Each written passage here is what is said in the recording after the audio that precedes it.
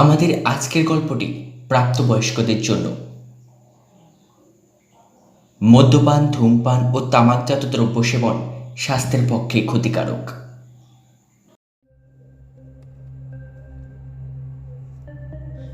Soumya suspense চ্যানেলের সমস্ত গল্প শুনতে সাবস্ক্রাইব করুন আমাদের ইউটিউব চ্যানেল।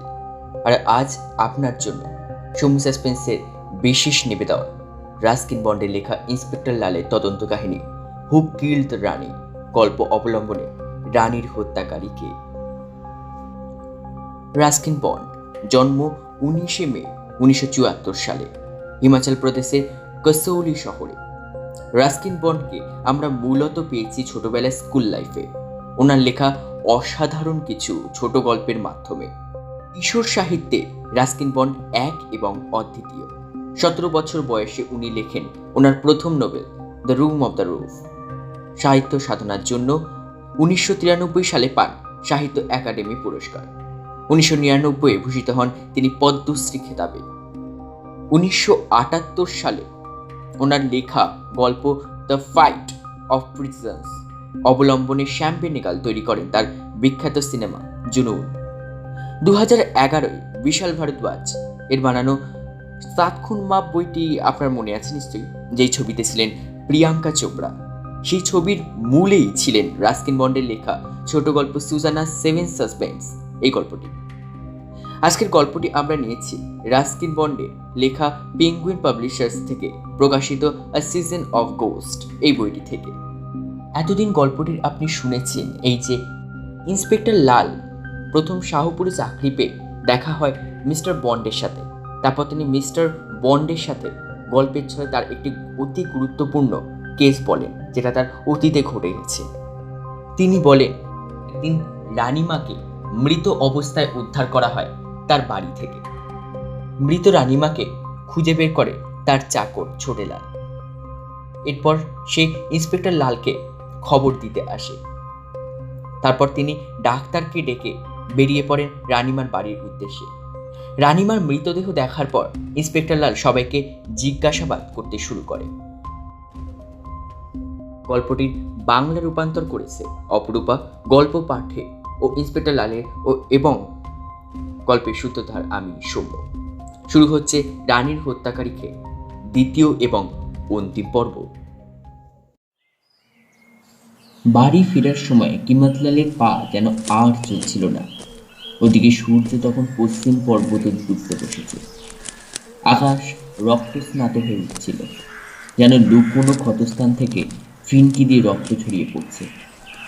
কিমত মাঝে মধ্যে প্রকৃতির সুন্দর সমারোহে আবিষ্ট হয়ে যান, কিন্তু এখন সূর্যাস্তের দিকে তার মন নেই।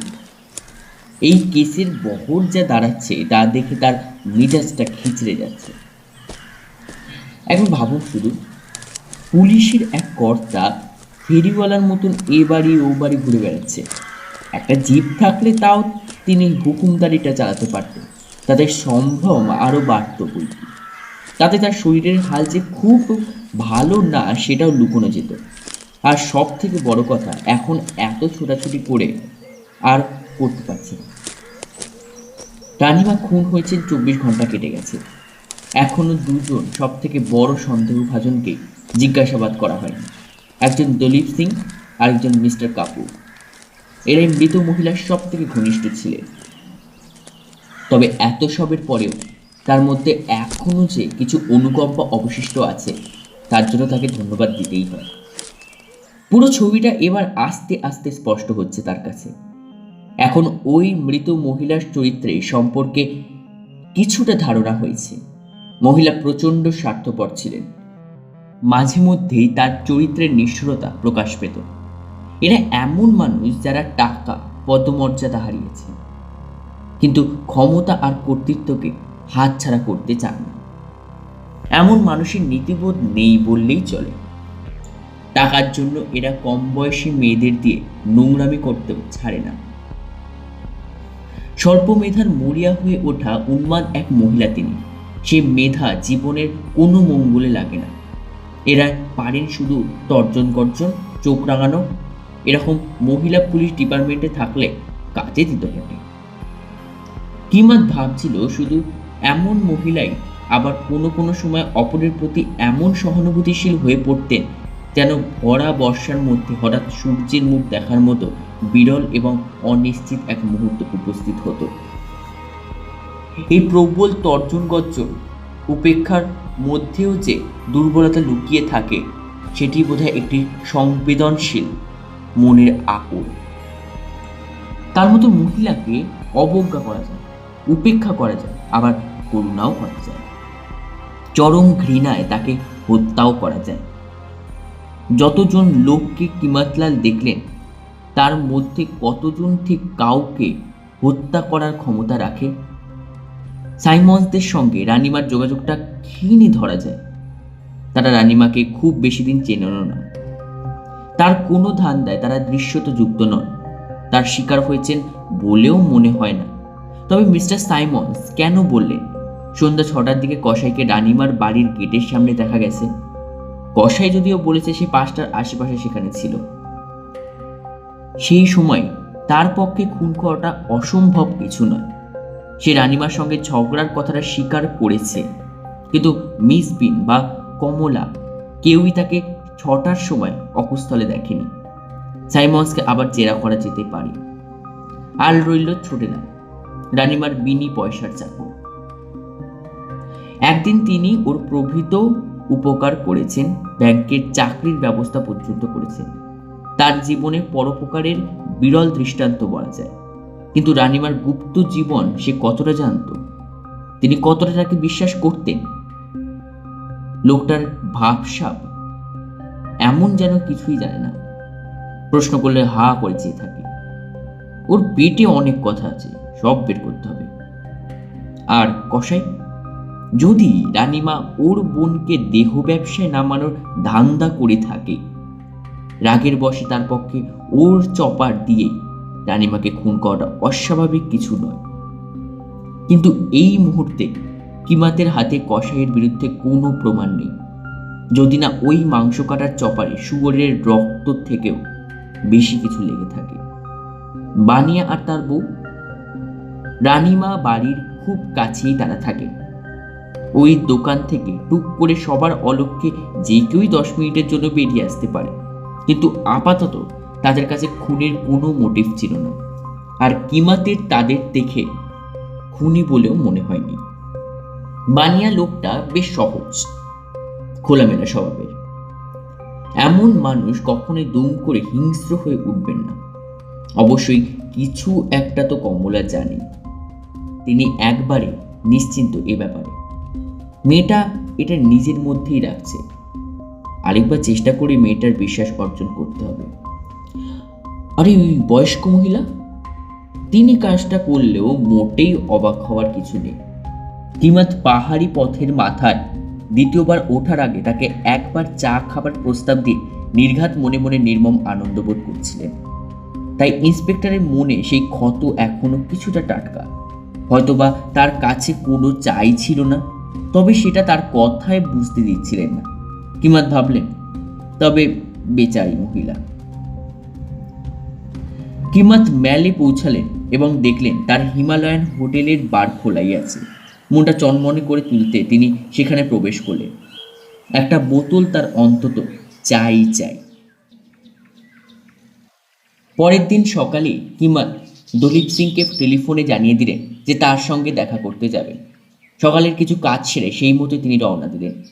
তিনি জানেন বিশাল বকু ছাগলের মতন পাহাড়ি খাড়া রাস্তা বেয়ে উপরে উঠে উঠে আর একটা ক্লান্তিকর দিন কাটবে। এই তার কাছে নিদারুণ এক শাস্তি ছাড়া আর কিচ্ছু নয়। তিনি চটি পাল্টে পায়ে বুট গলিয়ে নিলেন। গতকালের তুলনায় আজ আবার গরম একটু বেড়েছে। পাহাড়ের গায়ে হলুদ প্রিমরোজ ফুলের বন্যা, আর রাস্তায় পাঁচিল উপচে পড়ছে ছোট ছোট উজ্জ্বল গোলাপি নীল রঙের ফুলে। বুনো স্যাক্সিফেজ লতা আর হালকা গোলাপি ডাঁটি পাথরের উপর বিস্তার করেছে। মৃদু সূর্যলোকের দিকে মেলে ধরেছে তার অনিন্দ সুন্দর পাপড়ি। দলীপ সিংয়ের সুসজ্জিত প্রাসাদোপম বাড়ি দেখে তাক লেগে যায়। ভিক্টোরিয়ান আমলে লাগানো পাম গাছগুলি বাড়ির উপরের দিকে পাহাড়ি ঢালের বিশাল বিশাল দেবদারু গাছের সঙ্গে এক অদ্ভুত বৈপরীত্য তৈরি করেছে। ভদ্রলোকের ভারী চেহারা, তবে গোলগাল নয়, কেমন চৌকোপানা, কিন্তু কিমাতলালের উচ্চতা বা বিপুল উদর দেখে তিনি বঞ্চিতই বলা চলে। ধবধবে পশ্চিমী জামা তার গায়ে, ঠোঁটে দামি সিগার, তার চারিত্রিক দৃঢ়তা যে কেউ অনুভব করবে। গা থেকে সবসময় যেন টাকার গন্ধ বেরোচ্ছে। তুলনায় কিমাতের এমন দৃঢ়তা বা আর্থিক সম্পদের বড়ই অভাব। তাই এইসব দেখে স্বাভাবিকের তুলনায় সেদিন একটু বেশি আক্রমণাত্মক হয়ে উঠলেন। এমনকি হুইস্কি বা সোডার প্রস্তাব তাকে শান্ত করতে পারল না, তবে মদে না করতেও পারলেন না। কিমাত দলীপ সিংয়ের চোখে চোখ রাখছিলেন না, বরং বসার ঘরের দেওয়ালে সজ্জিত হরিণের চামড়াটার দিকে এক দৃষ্টে তাকিয়েছিলেন। হ্যাঁ, তার রানীমা মারা যাবার পর আপনি তাকে ফোন করেছিলেন? কিংবা ঠিক করলেন এবার সরাসরি প্রসঙ্গে ঢুকবেন।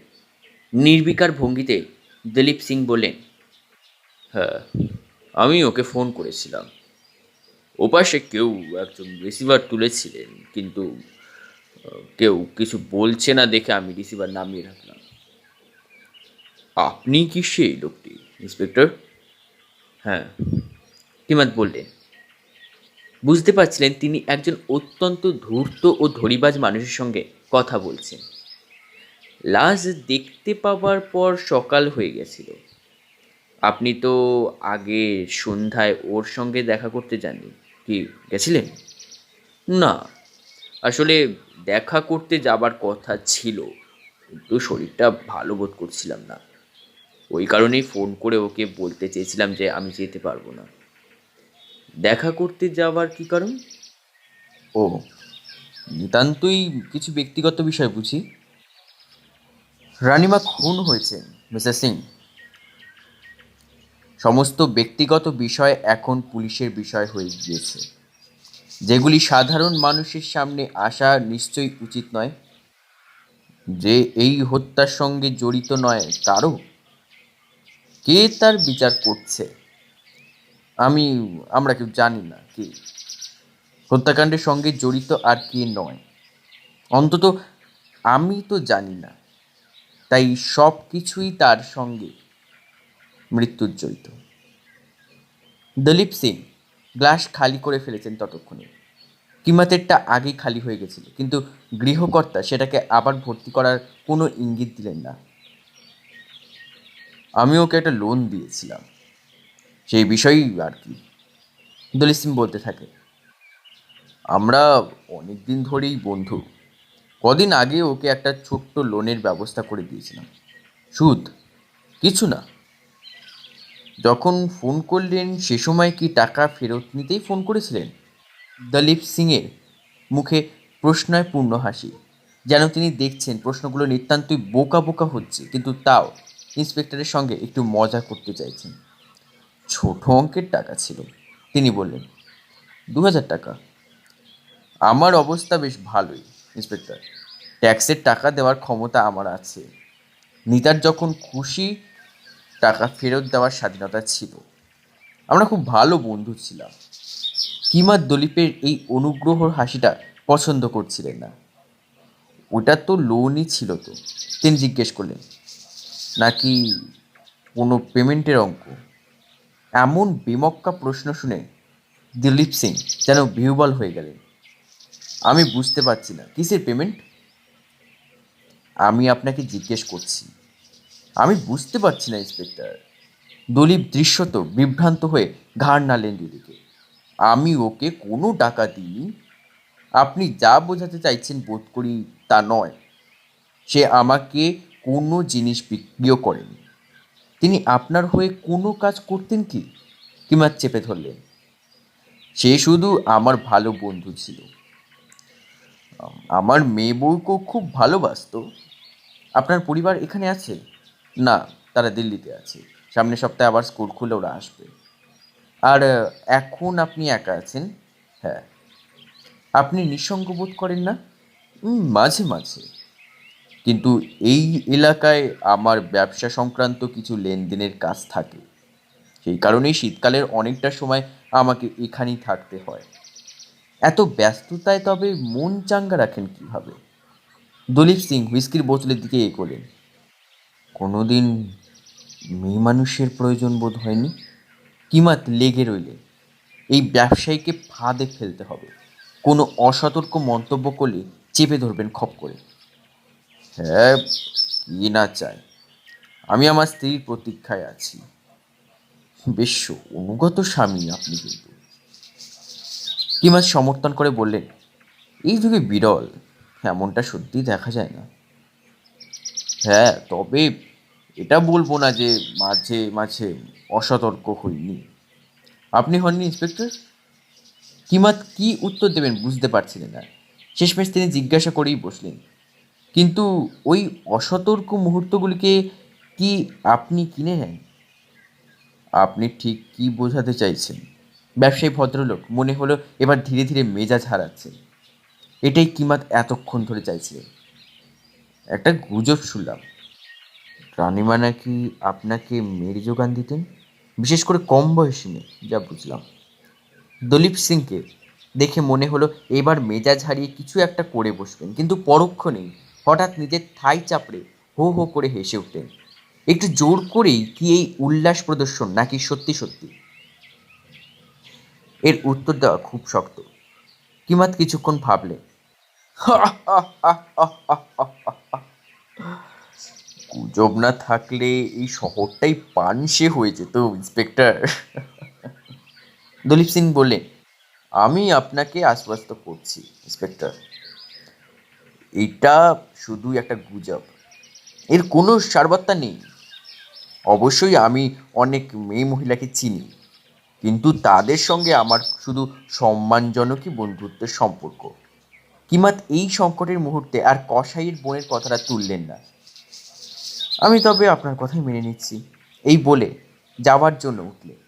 যখন তারা গেটের কাছে, তিনি আবার দলীপ সিংকে জিজ্ঞেস করেন, আপনার কি ধারণা রানিমাকে কেউ খুন করতে যাবে? না, একবারই কোনো ধারণা নেই। দলীপ সিং বললেন, আপনি নিশ্চিন্ত? ওর বাড়ি থেকে কিছু চুরি যায়নি? হয়তো নিতা চোরকে হঠাৎ দেখে ফেলেছিল, তাই চোরটা নিজেকে বাঁচাতে তাকে মেরে দিয়েছে। এরকমও তো আগেও হয়েছে। সেটা সত্যি, কিন্তু আমরা যতদূর জানি কিছুই খোয়া যায়নি। দুর্ভাগ্যবশত আমরা জানি না ওর ঘরে প্রকৃত মূল্যবান জিনিস ছিল কি না। হ্যাঁ, ওটা চোরও হতে পারে মিস্টার সিং, কিন্তু এমন কোনো চোর যে তার খুব চেনা, নইলে চারিদিকে এত লোকজন, তার মধ্যে সে বাড়িতে ঢুকতো না। রানিমা খুন হয়েছেন 7টা বাজার আগে, আগন্তুক হতেই পারে। কিন্তু আপনার সঙ্গে একটা হুইস্কির বদলের বাজি রাখছি, সে রানিমার খুবই চেনা কেউ। মিসেস কাপুর দেখতে বেশ সুন্দর। বয়স খুব বেশি হলে 30-এর মতো হবে। পূর্ণতা আর সৌন্দর্যের আশ্চর্য মিশেল। টান টান দেহের নিখুঁত অঙ্গসৌষ্ঠব। 5 কি 6 বছরের একটাই ছেলে তার। কিমাত লাল যখন ঢুকলেন, সে তখন বাগানে বল পেটাচ্ছে। কিমাতকে দেখেই ছেলেটা দৌড়ে ভেতরে গেল মাকে ডাকতে। এতক্ষণে কিমাত ছোট্ট লনে রাখা বেতের চেয়ারগুলির একটা শরীর এলিয়ে দিলে। সবে আয়েশ করে বসেছেন তিনি, এমন সময় মিসেস কাপুরের আবির্ভাব।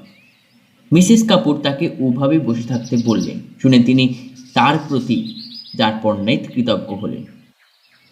রোদ পোহাতে পোহাতে গদিতে হেলান দিয়ে মিসেস কাপুরের সুন্দর তনু দেখতে দেখতে তার চোখ জুড়িয়ে যাচ্ছিল। এইবারের সাক্ষাৎকারটা অপ্রীতিকর হবে না মোটেই। আপনি একটু চা নেবেন? ভদ্রমহিলা জিজ্ঞেস করলেন। কিমাত অভ্যাসবশত না বলতেই যাচ্ছিলেন, কিন্তু এখন চিন্তা করলেন কেন নয়, সময় সময় কিছু ব্যতিক্রমী পথে হাঁটা যেতেই পারে। আর মিসেস কাপুর সত্যি ব্যতিক্রমী। যদি অসুবিধা না থাকে তো। সুন্দর ভঙ্গিতে বললেন তিনি কথাটা। কিমাত বাগান সম্বন্ধে কিছু প্রশংসাসূচক মন্তব্য করলেন। তারপর ছোট্ট রমেশ যে খুব মিষ্টি তাও বললেন। মিসেস কাপুরও পালাক্রমে এলাকার পুলিশের ভূয়সী প্রশংসা করলেন। এই প্রথম কিমাত কারোর মুখে পুলিশের প্রশংসা শুনলেন, আর মিসেস কাপুরের কথাগুলি তার মনে গভীর যেন শান্তির প্রলেপ বুলিয়ে দিল। আপনার স্বামী এখন কোথায় আছেন? কিমাত জিজ্ঞাসা করতে করতে সব থেকে বড় পকোড়াটা উদরাস্ত করবেন ঠিক করলেন। আসামের কোথাও আছেন, সীমান্তরক্ষী বাহিনীতে। এই গরমে বেশ কিছুদিন ছুটি নিয়ে মুসৌরিতে আসার কথা। চমৎকার, আন্তরিকভাবে বললেন কিমাতলাল। মোটামুটি ধরেই নিয়েছিলেন তার এই তদন্ত সামনের গ্রীষ্মের মাসগুলিতেও চলতে থাকবে।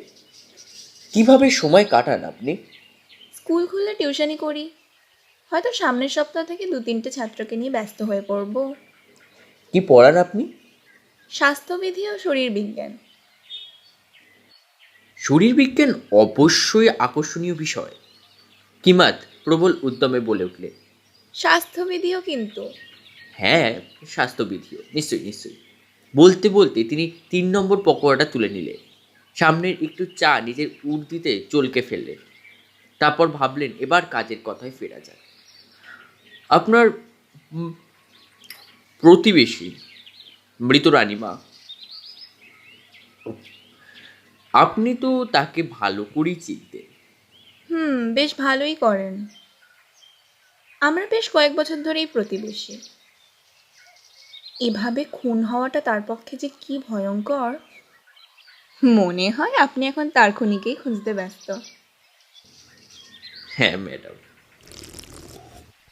হ্যাঁ, খোলাখুলি বলি, তবে কাজটা আমার মনে হয়েছে বেশ কঠিন। এ ব্যাপারে আপনি কোনো ধারণা দিতে পারবেন? আমি ইন্সপেক্টর, আমি সত্যি এই ব্যাপারে ভাবিনি। আপনার কি মনে হয় না এটা কোনো চোরের কীর্তি? আমরা এখনো জানি না ওরও কিছু খোয়া গেছে কিনা। ওর গয়নার বাক্সটা দেখেছেন একবার? দেখাটা স্বাভাবিক নয় কি? তবে ওর মধ্যে হালকা দামের কিছু পাথর আর ওর স্বামীর নামের আদ্যাক্ষর খোদাই করা একটা আংটি ছাড়া কিছুই পাইনি।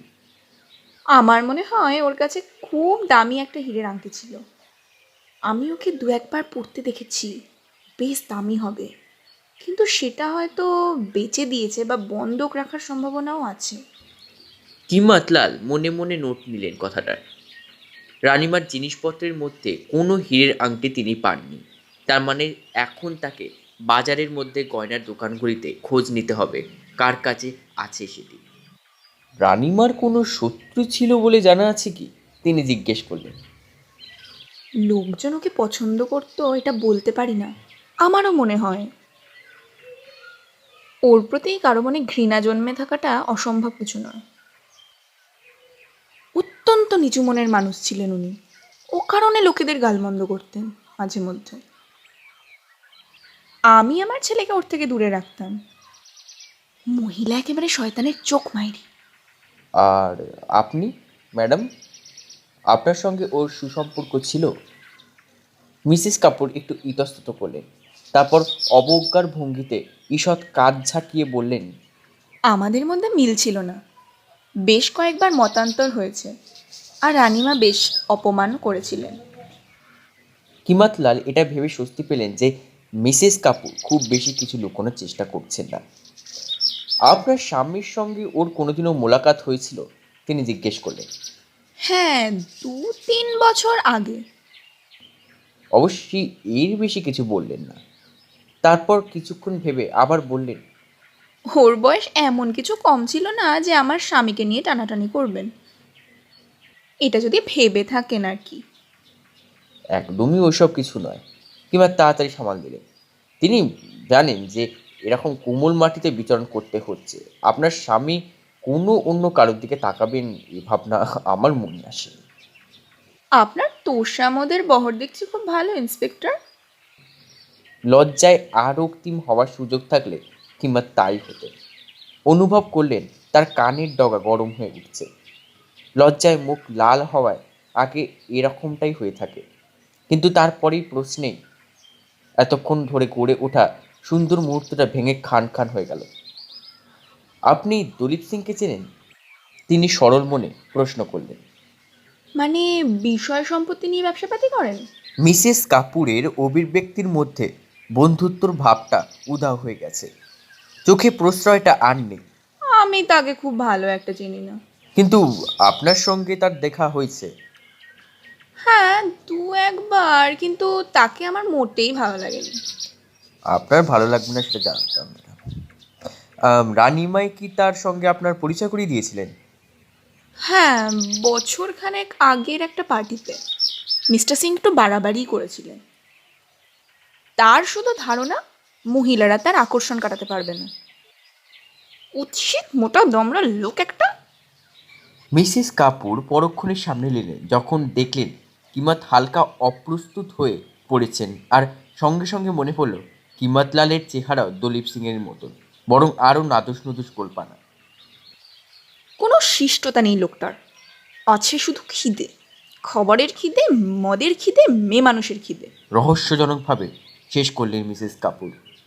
কিমাত পরের প্রশ্নে যাবার আগে একটু গলা খাকারি দিলেন।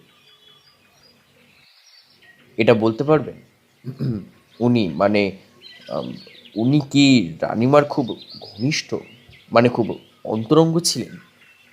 আমার মনে হয় সেটা থাকার সম্ভাবনাই প্রবল। মিসেস কাপুর কোনো ভনিতা না করেই বললেন, না হলে তিনি এত ঘন ঘন ওর কাছে আসতেন না নিশ্চয়ই। "উম, নাও হতে পারে, যদি তিনি না দলীপ সিংকে আর অন্যান্য মেয়েদের মধ্যে দালালি করে থাকেন।" আমি এ সম্বন্ধে জানি না। মিসেস কাপুর কিছু একটা ভাবতে লাগলেন, আর কিমত লাল লক্ষ্য করলেন বাহ্যিক আকর্ষণের দেওয়াল পেরিয়ে তার চোয়াল কঠিন হয়ে উঠেছে। কিছু হিসেব চলছে অলক্ষ্যে। এটা অবশ্যই সম্ভব। মেয়েদের স্কুলের একজন শিক্ষিকা আছেন, তার নামটা এই মুহূর্তে মনে আসছে না। তিনি বড়লোকদের দেখলেই তার চিপে গাঁথতে চাইতেন। কিমাতলাল এবারে নিজেকে কিছুটা নিষ্ঠুর অনুরাগী প্রমাণ করলেন। আপনার স্বামী তো সেই শিক্ষিকার সঙ্গে একবার দেখাও করেছিলেন, কি তাই না? যতদূর মনে হয় রানিমাই তাদের পরস্পরকে পরিচয় করিয়ে দিয়েছিলেন। মিসেস কাপুর কয়েক সেকেন্ডের জন্য বিহ্বল হয়ে গেলেন, তারপরে হঠাৎ রাগে ফেটে পড়লেন। রানীমার ওটার সাথে লেনদেন ছিল। উনি আমার স্বামীকে অল্প চিনতেন। আমি নিশ্চিত এটা আমার ওপর আক্রোশেই করছেন। কিমাত ঘাড় নেড়ে সহানুভূতি প্রকাশ করলেন, তারপরে চট করে শেষের পনির পকোড়াটা তুলে নিলেন এবং অনিচ্ছা সহকারে চেয়ার থেকে উঠলেন। তার ভয় হচ্ছিল তিনি হয়তো মিসেস কাপুরের প্রিয়পাত্র হওয়ার সুযোগ হাতছাড়া করলেন। তবে ভেবে দেখলেন একজন পুলিশের কপালে সুন্দরী মহিলার সঙ্গ নেই। হয়তো তিনি বিষম ক্ষেপে ভালো মন্দ কিছু করে বসবেন, আর মিস্টার কাপুর বোধহয় খুবই বদরাকি স্বভাবের। তার অভ্যর্থনার মুহূর্তের সঙ্গে বাড়ি থেকে বিদায় নেওয়ার পরিবেশ তুলনা করলেই বোঝা যাবে ওটা ঘটনায় দুটি মানুষের মধ্যে ধীরে ধীরে অস্বস্তিকর একটা শীতলতা তৈরি হয়েছে। যখন শহরের দিকে ফিরছেন কিমাত লক্ষ্য করলেন বানিয়ার মেয়ে কমলা পাহাড়ের গায়ে উঁচু মতো একটা পাথরের উপর বসে আছে। সে তার চুল ধুয়ে কাঁধের উপর ছেড়ে দিয়েছে, রোদে শুকোচ্ছে। কিমাত লালকে দেখে সে একটু হাসল। নিশ্চিন্তে ছিল যে কিমাত লাল অন্তত এই খাড়া ডাল বেয়ে উঠে আসতে পারবে না। কিমাত হাত দেখিয়ে তাকে নামতে বললেন, কিন্তু সেই মুহূর্তে তাকে যেন এক প্রকার গুরুত্ব না দিয়ে সে অন্যদিকে ফিরে রইল। যখন তিনি চেঁচিয়ে ডাকলেন তখন না শোনার ভান করে বসে রইল। ধুর, কিমাত লাল বেশ হতাশ হলেন। শুধু খাড়া পাহাড়ে চড়তে পারবেন না বলে কোনো এক সন্দেহভাজনকে জেরা করতে গিয়ে রণে ভঙ্গ দিতে হলো। এমনটা তার জীবনে আগে কোনো দিন হয়নি। মেয়েটিকে যে তিনি সন্দেহভাজনের তালিকায় রেখেছেন তাও নয়, তবে সে এমন কিছু জানে যা এই কেসে খুব গুরুত্বপূর্ণ। আর দেখে মনে হচ্ছে সে ওই গুপ্ত কথাতেই ফাঁস করতে আগ্রহী নয়। এখন ওই যে কসাইয়ের যে বোন, তার ব্যাপারটা পুরোপুরি আলাদা। সে হলো গ্রামের অন্যতম আকর্ষণ। তার অনেক অভিসন্ধি থাকতে পারে। যদি তার দাদা খুনটা নাই করে থাকে, হতেও পারে সেই কাজটা করেছে। হয়তো বা মেয়েটির দাদা বৌদি বিষয়টা জানে, আবার নাও জানতে পারে। খুনি কে এটা যদি মুসৌরিতে কসাইয়ের সমস্ত আত্মীয় স্বজন জেনে থাকে, তবুও পুলিশের কাছে তারা খুনির পরিচয় ফাঁস করবে না। এরা নিজেদের পরিবারের প্রতি খুব বিশ্বস্ত হয়। কিমাতের মনে একটা ভাবনা এলো। দেশের পরাধীন সময়ে যখন পুলিশ বিদেশি শক্তির অত্যাচারের শরিক হিসেবে কাজ করত, সে সময় এই আচরণ লক্ষ্য করা যেত। এখন স্বাধীনতার পরে আরও 25টা বছর কেটে গেছে, পুলিশ এখনও সাধারণ মানুষের কাছে জনপ্রিয় হতে পারেনি। যেভাবে দুর্নীতির বারবারন্ত সামনে আসছে আজকাল, সাধারণ মানুষ আইনের লম্বা তেরচা হাতের নাগালের বাইরে থাকাটাই নিরাপদে মনে করছে। নইলে কিমাতলালের মতো বুদ্ধিমান সত্যিকারের গুণী মানুষও যে কোনো তদন্তে জড়ানোটা কঠিন কাজ মনে করছে। এমন সময় রাস্তায় হঠাৎ কসাইয়ের বোন কিমাতের পাশ দিয়ে চলে গেল হাঁটতে হাঁটতে। যেন তার মন থেকেই বেরিয়ে এলো সে। কিমাত তার চমৎকার শরীরী ভঙ্গি আর এমন সম্ভ্রম উদ্রেককারী হাঁটার ভঙ্গির প্রশংসা না করে পারলেন না। কিমাতকে অবাক করে দিয়ে সে তার দিকে তাকিয়ে মুচকি হাসল। যখন সে চলে যাচ্ছে, তিনি তুলিয়ে কিছু একটা প্রতিসম্ভাষণ করলেন এবং বিস্ময়ে হা করে তাকিয়ে দেখলেন দূরে সরে যেতে যেতে কসাইয়ের বোন ধীরে ধীরে ছোট হয়ে আসছে। তাকে প্রথম দিন দেখে কিমাতের মনে হয়েছিল সে এত বিনয়ী যে কোনো অচেনা মানুষের সামনে হাসে ঠাসে না। কিন্তু আজ তার যে মিশুকে ভাব তিনি দেখলেন, তার আগের দিনে সঙ্গে কোনোভাবে মেলানো যায় না। কি আশ্চর্য! সে কি একটু চালাকি করছে, নাকি সে ভাবছে যার প্রতি কিমাতলালের সন্দেহ হোক, একটু বন্ধুত্বের হাত বাড়িয়ে দিলে সে ছাড়া পেয়ে যাবে। যা মনে হচ্ছে কসাই যতটা বলেছিল, মেয়েটি ততটা নিষ্পাপ মনের নয়। কিমাত এখন একটু বিকৃত চিন্তা করলেন। সম্ভবত তার দাদা যা বিশ্বাস করে তা আসলে ঠিক নয়। মেয়েটি হয়তো রানিমার ইচ্ছা মেনে নিতে বেশি আগ্রহী ছিল। বাজারের পথে কিমাতের সঙ্গে মিস্টার সাইমন্সের দেখা হলো। মিশনারি স্ত্রী একটি প্যারাম্বুলেটে ঠেলছিলেন, যা দেখে তিনি বুঝলেন এদের কোনো সন্তান আছে। বাচ্চাটির বয়স মাস 4 হবে।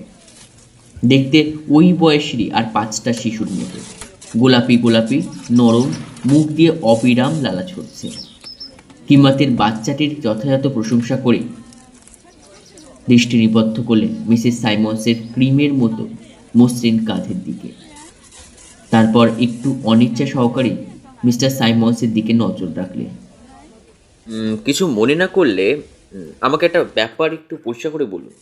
তিনি বললেন, আপনি বলেছিলেন যেদিন রানিমা খুন হলেন সেদিন সন্ধ্যা 6টায় আপনি কসাইকে তার বাড়িতে দেখেছিলেন। ও, আমি বলেছিলাম বুঝি। সাইমন্সকে সামান্য বিহ্বল দেখালো। আমি লিখে নিয়েছিলাম। কিমাত শান্ত হয়ে বললেন, আপনাকে এটা কোর্টে সাক্ষ্য হিসেবে পেশ করতে হতে পারে। কথাটা শুনে সাইমন্স খুশি হলেন না। চশমার পেছনে তার চোখের পাতাগুলি কাঁপতে লাগলো। নিশ্চয়ই আমি এটা বলে থাকবো। আমি ভাবিনি এটা তো গুরুতর। হ্যাঁ, অবশ্যই আমার বেশ মনে আছে। কসাইকে সেদিন রানীর বাড়িতে দেখেছি। দুজনে তুমুল ঝগড়া করছিল। এটা আগে আমাকে বলেছেন। কিন্তু আপনি নিশ্চিত তখন ঘড়িতে 6টাই বেজেছিল? তখন প্রায় 6টা হবে ইন্সপেক্টর। আমি বলবো না পুরোপুরি 6টা। মুসৌরির মতন জায়গায় 1-2 মিনিট এদিক ওদিক কি বা যায় আসে? এমনিতে যায় আসে না। কিন্তু আমরা এখন একটা খুনের তদন্ত করছি। কসাই বলেছে সে 5টার সময় রানিমার বাড়িতে গেছিল। ও, সে বলেছে? তবে তাই হবে হয়তো। মনে হয় আমারই ভুল। 1 ঘন্টার তো শুধু ফারাক। 1টা ঘন্টা পৃথিবীর সব কিছু ওলট পালট করে দিতে পারে। কিমাতলাল ক্ষুব্ধ হয়ে বললেন, আপনার নিজের দেশ সময় নিয়ে এমন অসাবধানতা কিন্তু ক্ষমা করবে না।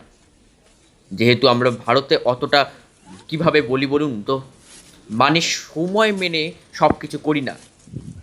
তাই বলে এটা নয় যে আমরা কোনোদিনও তার চেষ্টাও করব না। অবশ্যই আপনি ঠিকই বলেছেন, কিন্তু আমার মনে হয় সময়টা সন্ধ্যা 6টায় ছিল, কারণ সে সময় মিস বিন আমাদের বাড়ি থেকে বেরিয়েছিলেন। মিস বিন বলেছেন তিনি কসাইকে দেখতে পাননি। সম্ভবত পাননি, কিন্তু মিনিটের জন্য দুজনের মধ্যে সাক্ষাৎ হয়নি। এটা কি সম্ভব নয় মিস্টার সাইমন্স যে আপনি 5টার সময় কসাইকে দেখেছিলেন? বা বলতে চাইছি মিস বিন যখন আপনার বাড়ি থেকে যাচ্ছিলেন তখন নয়, কিন্তু যখন আসছিলেন। সাইমন্স যেন চমকে উঠলেন, তারপর দ্বিধায় পড়ে গেলেন। আ- আগেও হতে পারে মনে হচ্ছে, কেমন অসুখী ভাব তার গলায়। কিন্তু আমি আমি হলপ করে বলছিলাম সময়টা 6টার আশেপাশে। আপনাকে হলপ করে যে কোনো একটি বেছে নিতে হবে, কিমাত কৌতুক করে বললেন। মিসেস সাইমন্স তার স্বামীকে উদ্ধার করতে ছুটে এলেন। কিমাতের দিকে তাকিয়ে এমনভাবে হাসলেন যে তাতে বাঘা বাঘা ম্যাজিস্ট্রেট ঘায়েল হয়ে যেত। তিনি এসে বললেন, আমরা সত্যিই দুঃখিত, আমাদের জন্য এমন বিভ্রান্তি তৈরি হয়েছে মিস্টার লাল। জন মাঝে মধ্যেই অন্যমনস্ক হয়ে পড়ে। ওটা 5টাও হতে পারে, আবার 6টাও হতে পারে। কিন্তু আমরা এটাও জোর দিয়ে বলছি যে কাজটা কসাই করেনি। সে খুবই ভদ্রগোছের মানুষ, আর তার একটা পরিবারও আছে। খুনিরা বেশিরভাগই অবিবাহিত হয়ে থাকে, ঠিক বলছি? কিমাত অবশ্যই একমত হলেন না, কিন্তু এই সময় তিনি যেন দুঃখের সঙ্গে স্বীকার করলেন, ও, এর কারণে কোনো বিভ্রান্তি ঘটেনি ম্যাডাম, কোনো বিভ্রান্তি ছিল না। দেখুন, রানিমা 5টা, 6টা বা 7টার যে কোনো সময় খুন হতে পারে। আমরা কেউই ঠিক বুঝতে পারছি না আসল সময়টা। তাই মাংসওয়ালা, মুদি, মিসবিন বা আপনার স্বামী যে কেউই হতে পারে। হাতির ইশারায় বন্ধুসুলভ কিন্তু একটি অমঙ্গলের ইঙ্গিত দিয়ে কিমাত বাজারের পথে অলস গতিতে হেঁটে চললেন। ল্যান্ডরির বাজারটা প্রায় এই মাইল জুড়ে ছড়িয়ে আছে। অনেক দোকানেরই বয়স 100 ছাড়িয়েছে। 3 প্রজন্মের মালিকের সাক্ষী তারা। ভিক্টোরিয়ান যুগের মতো ঘোরানো ঘোরানো বাড়ির মধ্যিখান দিয়ে চলে গেছে পাথরের বাঁধানো সরু রাস্তা। বাড়িগুলির মাঝে মাঝে ফাঁকা অংশ দিয়ে হঠাৎ হঠাৎ পেছনে থাকা পাহাড় সারি নজরে আসে। তবে দুপুর না গড়ালে পায়ে চলা পথগুলিতে সূর্য আসার সুযোগ হয় না। আর যখন বরফ গলতে থাকে, রাস্তাগুলো খুব পিচ্ছিল আর বিপজ্জনক হয়ে ওঠে। আর তখন দক্ষ পায়ে চলা পাহাড়ি খচ্চরগুলোরও পিছলে চিৎপাত হয়ে যায়। কিমাতে সেদিন ভাগ্য ভালো, বাজারের গয়নার দোকানে যাবার পথে এরকম কোনো খচ্চর এসে বিঘ্ন ঘটায়নি। প্রত্যেক দোকানদার কিমাতকে চেয়ার এগিয়ে দিয়ে 1 কাপ চা আনালো তার জন্য। ক্লান্তি আর পিপাসার চোটে বেশ কয়েক কাপ গরম মিষ্টি চা খেয়ে নিলে। মুশকিল হচ্ছে, তিনি মুসৌরির জন্য অনেক কিছু করতে চাইছেন, কিন্তু মুসৌরি তাকে সাথ দিচ্ছে না। দোকানদারদের অমায়িক ব্যবহার তার সমস্ত প্রশ্নের উত্তর দিল তারা। বোঝা গেল রানিমা অবশ্যই নানা গয়না বিক্রি করেছেন বা বন্ধক রেখেছেন। কিছু কিছু জিনিস তো তাদের কাছে এখনো আছে, কিন্তু আশ্চর্যের বিষয়, কেউই এখনো পর্যন্ত সেই রহস্যজনক হীরের আংটি চোখে দেখেনি। কিমাতলাল এবার মহা বিভ্রান্তিতে পড়লেন। আংটিটা কি মিসেস কাপুরের কল্পনা মাত্র? তবে এর পেছনে কি কারণ? যদি ওরকম আংটি থেকেই থাকে, তবে তার হাপিস হওয়াটা বড়ই অদ্ভুত। নিশ্চয়ই এর কোনো না কোনো গুহ্য কারণ আছে। পূরণ প্রকাশের সঙ্গে বেশ বন্ধুর মতো কথা বলা যায়। সে ওই বাজারের দোকানদার। আপনি মিসেস কাপুরকে চেনেন, রানিমার প্রতিবেশী? ও হ্যাঁ, উনি আমার খুব ভালো এক কাস্টমার। ধারে জিনিস কেনেন না কোনোদিন, এমন মানুষ বিরল। এই বলে সে সুন্দর সাজানো হুকোটার কাছে গিয়ে একটা পাইপ টেনে নিল আর একটু উপহাসপূর্ণ ভঙ্গিতে কিমাতের পরের প্রশ্নের জন্য অপেক্ষা করতে লাগলো। রানিমার সঙ্গে তার সদ্ভাব ছিল না? মানেটা কি? বলতে চাইছি আপনার সঙ্গে একমত। মেয়েরা একে অপরের পছন্দ করে না সাধারণত, কিছু করারও নেই তাদের। বাবা, আপনি তো মশাই দার্শনিক দেখছি। হ্যাঁ, আপনি ঠিকই বলেছেন বটে। আমি জানি রানিমা আর মিসেস কাপুর একে অপরের বাড়িতে পাথর ছুটতেন আর গালমন্দ করতেন, কিন্তু আমাকে বলুন, তারা কি পরস্পরকে সত্যি ঘৃণা করতেন? ছোটখাটো হিংসার ঘটনা যথেষ্ট নয়? কিমাত থামলেন। পূরণ প্রকাশ পাইপ থেকে মুখ সরিয়ে বললেন, খুনের জন্য। ও, আমার তা মনে হয় না ইন্সপেক্টর সাহেব। স্বজাতির সঙ্গে ঝগড়া অনেক দূর পর্যন্ত টানার অভ্যাস ছিল রানী। খুব চাঁদের কোনো রাজ পরিবার থেকে না এলেও জমিদারি মেজাজটা ছাড়তে পারেন। আসলে আর ওই উপাধিটা তাকে বিশেষ সুবিধা দিত। প্রচণ্ড মিথ্যে কথাও বলতে। দায়িত্ব নিয়ে সারা মুসৌরিতে ছড়িয়ে বেরিয়েছেন যে মিসেস কাপুরের বিয়ের আগে বা ঠিক পরেই তাদের ছেলের জন্ম হয়। সম্ভবত মিথ্যে কথা, আমার জানার কোনো আগ্রহ নেই সেসব। কিন্তু আপনি বুঝতে পারছেন এতে মিসেস কাপুরের মনের অবস্থা কী হতে পারে। তারা পরস্পরকে ঘৃণা করতেন, এমনটা হওয়া খুব স্বাভাবিক, কিন্তু এটা খুব সাধারণ ব্যাপার। ইন্সপেক্টর সাহেব, রানী অন্যান্য মানুষকেও মিথ্যা অপবাদ দিতেন, গালমন্দ করেছেন, এবং দেখতেই পাচ্ছেন ওর মৃত্যুতে খুব কম মানুষই দুঃখ পেয়েছে। কেন ভাবে বলুন তো? উনি একবার আমার পেছনে পুলিশ লেলিয়ে দিয়েছিলেন শুধুমাত্র আক্রোশের বশে। কেন, আপনি কি দেশে সোনা স্মাগলিং করতেন? না না ইন্সপেক্টর সাহেব, শুধু পাইপে একবার আফিম টেনেছিলাম বলে। কিন্তু আমাদের সবারই তো দুর্বলতা থাকে, কি নেই? হ্যাঁ, বলে তিনি কিমাতলালের দিকে তাকিয়ে হাসলেন। সে হাসির অর্থ বোঝা গেল না। বিমর্ষ হয়ে সেদিন কিমাতলাল তার থানায় ফিরে আসছিলেন। পথে আস্তে আস্তে একটা ছোট্ট রেস্তোরাঁয় ঢুকে টেলিফোনের খোঁজ করলেন। দলীপ সিংকে এই কারণেই তার ভারী পছন্দ। লোকটার বাড়িতে টেলিফোন আছে, আর ডায়াল করে বেশিক্ষণ রিসিভার ধরে থাকতে হয় না। তাই হলো, ব্যবসায়ী ভদ্রলোককে ডায়াল করতে রিসিভারের ওপাশে শুনতে পেলেন সেই আত্মবিশ্বাসী চড়া গলা। ইন্সপেক্টর কিমাতলাল বলছি। গুড আফটারনুন ইন্সপেক্টর, বলুন আপনার জন্য আমি কি করতে পারি? তেমন কিছু নয়, কিমাত বললে। যেহেতু আপনি রানিমার বন্ধু ছিলেন, আমার মনে হয় ওর কাছে যদি কোনো হীরের আংটি থাকে আপনি হয়তো তার সন্ধান জানবেন।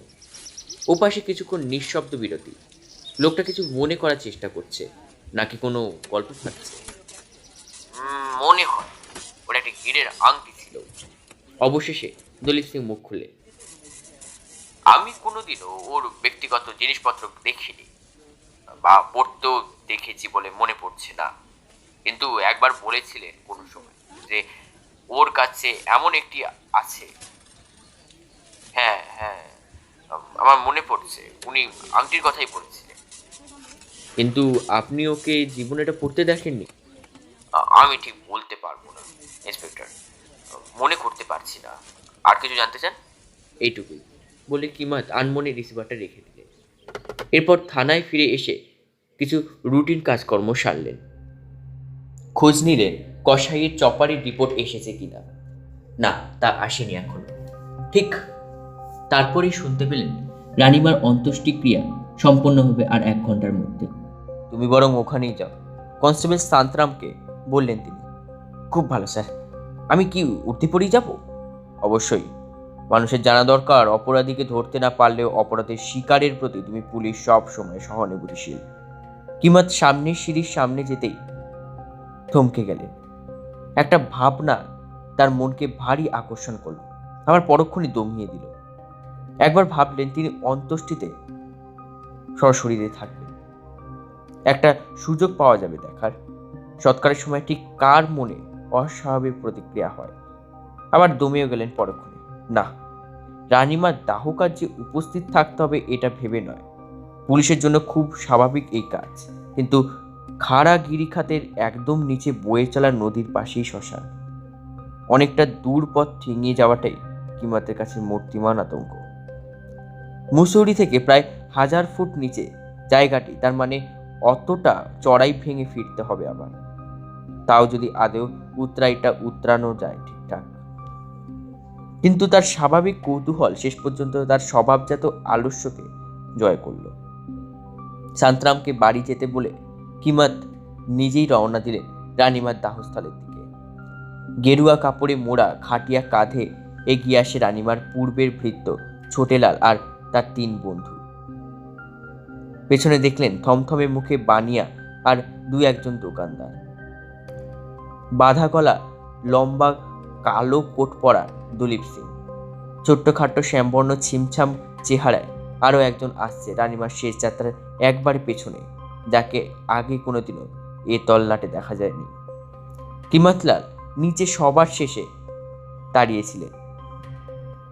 দলের কোনো মহিলা নেই, কোনো কান্নাও নেই, শুধু একদল হনুমান ওক গাছের ডালে বসে সব যাত্রার দিকে লক্ষ্য করে দুর্বোধ্য সব আওয়াজ করছিল। কাঠ ভেজা ছিল, তাই বেশ কিছুক্ষণ লাগলো আগুন ধরতে, কিন্তু যখন ধরে গেল ওই ওক কাঠগুলো দুর্দান্ত পুড়তে লাগলো। ধীরে ধীরে লম্বা ধোয়ার কুণ্ডলি দেবদারু বনের মধ্যে মিশে যেতে লাগলো। একটা সময় দেখতে দেখতে রানিমার দেহ পুড়ে ছাই হয়ে গেল। তারপর সব যাত্রীর দল ক্লান্তিকর চড়াই উজিয়ে শহরের দিকে রওনা দিল। আগন্তুক ভদ্রলোক সবার আগে আগে চলতে লাগলেন। কিমার চেষ্টা করলেন যাতে দ্রুত গতিতে নাগাল পাওয়া যায়। আমি ইন্সপেক্টর লাল। আগ বাড়িয়ে তিনি নিজের পরিচয় দিলেন। কেমন আছেন? প্রথমেই আলাপে লোকটাকে বেশ সভ্যভদ্র মনে হলো, কিন্তু আলগোছে কথা বলছে, আর ইংরাজিটা ভালোই বলেন বটে। আমাদের তো আগে দেখা হয়নি, হয়েছে কি? কিমার জিজ্ঞাসা করলেন। না, আজ সকালেই তো মুসৌরি এলাম। ও, বুঝলাম। আপনি তো রানিমার বন্ধু ছিলেন। না, তার ভাই। গতকাল তার মৃত্যু সংবাদ জানিয়ে টেলিগ্রাম পাঠিয়েছিলেন। ও হ্যাঁ, তাই তো। কিমাতের মনে পড়ল রানিমার কাগজপত্র ঘাঁটতে ঘাঁটতে বেশ কিছু ঠিকানা পান। তারপর সেগুলি এক অধস্তনকে দিয়ে বলেছিলেন যথাযথ ব্যবস্থা নিতে। কিমাত খানিকটা বিস্ময় সুরে বললেন, আমরা ভাবতেও পারিনি কেউ আসবে, কিন্তু অবশ্যই তার ভাইয়ের হিসেবে আসাটা খুব স্বাভাবিক। ছোট্ট মানুষটির সঙ্গে তাল মিলিয়ে হাঁটতে গিয়ে কিমাতলালের দম ফুরিয়ে আসছিলেন। আপনি কি রাজপরিবারের কর্তা নাকি অন্য কিছু? শুধুই অন্য কিছু। বেটে খাটো লোকটা তেচ্ছা হাসিতে কথার জবাব দিল। আমার উপাধির আর কোনো মূল্য নেই এখন। আর আপনি তো জানেনই, আমরা কোনোদিনও সেভাবে রাজ্য শাসন করিনি। কেউ কেউ রাজ্য বললেও সেটা ছিল বড় জমিদারি এলাকা, আর তার অল্প কিছু অংশই বর্তমান আছে। খুব সামান্য আয় হয় তা থেকে। আমি এখন একটা বীমা কোম্পানি এজেন্ট, ইন্সপেক্টর। যাই হোক, আপনার বীমা করানো আছে? না, কিন্তু আমার একটা প্রভিডেন্ট ফান্ড আছে। আগে আমায় বলুন, আপনার বোনের কি কোনো জীবন বীমা করানো ছিল? আমি তো করিনি। 10 বছরের বেশি সময় কেটে গিয়েছে, তো দেখিনি। 10 বছর? কিন্তু আপনি ওর ভাই ছিলেন। পরিবারের কারোর সঙ্গে ওর তেমন সদ্ভাব ছিল না। আমাদের থেকে দূরে থাকতেই পছন্দ করতো সে। দুঃখের বিষয়, আমরা ওকে সাহায্য করতে পারতাম, কিন্তু আমাদের সঙ্গে কোনো যোগাযোগ রাখেনি। এমনকি যখন একা ছিল তখনও না। খুব জেদি আর একগুঁয়ে প্রকৃতির ছিল কিনা আপনি দেখুন। আমার উপদেশ পরামর্শ কোনোটাই সে মানেনি। সবার বিরুদ্ধে গিয়ে নিজের ইচ্ছে বিয়ে করেছিল।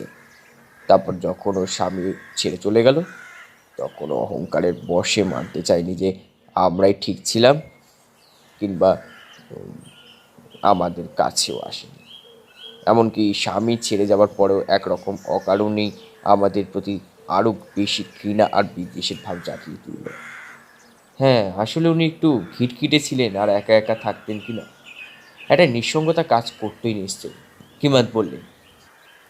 তবুও আপনারা এগিয়ে এলে ভালোই হতো, এই আর কি। এটা ঠিকই। পরিবারের কারোর না কারোর তো এখানে আসা উচিত ছিল। আর আমি খোঁজ নিয়েছিলাম ওর যদি কোনো উকিল থাকে। পারিবারিক সম্পত্তি তো ওরও তো ভাগ আছে। ভদ্রলোক এর বেশি খুলে বললেন না, আর কিমাতে জোর করলেন না, কারণ ততক্ষণে তার দৃষ্টি চলে গেছে ছোটেলালের দিকে। এই প্রথমবার তিনি লক্ষ্য করলেন ছোটে মদ খেয়েছে, আর পেছনে হাঁটতে হাঁটতে হোঁচট খেয়ে প্রায় পড়ে যাচ্ছে, আর কালো রঙের একটা তরল বোতল থেকে সবার দিকে ছিটিয়ে এমন একটা গান ধরল যেন তার সঙ্গে কোথায় যেন গত কয়েকদিনের ঘটে যাওয়া ঘটনা বেশ মিল পাওয়া যায়। এতে দলীপ সিং দৃশ্যত বিরক্ত হয়ে লম্বা লম্বা পা ফেলে সবাইকে পিছনে ফেলে এগিয়ে গেলেন। বানিয়া ভদ্রলোক শেষমেশ পিছনে গিয়ে ছোটেকে ধরে নিয়ে চড়াইয়ের পথে উঠতে লাগলেন। হিমালয় হোটেলের বারে তখন কিমাত এক গ্লাস ব্র্যান্ডি নিয়ে দাঁড়িয়ে। চারিপাশে কেউ নেই।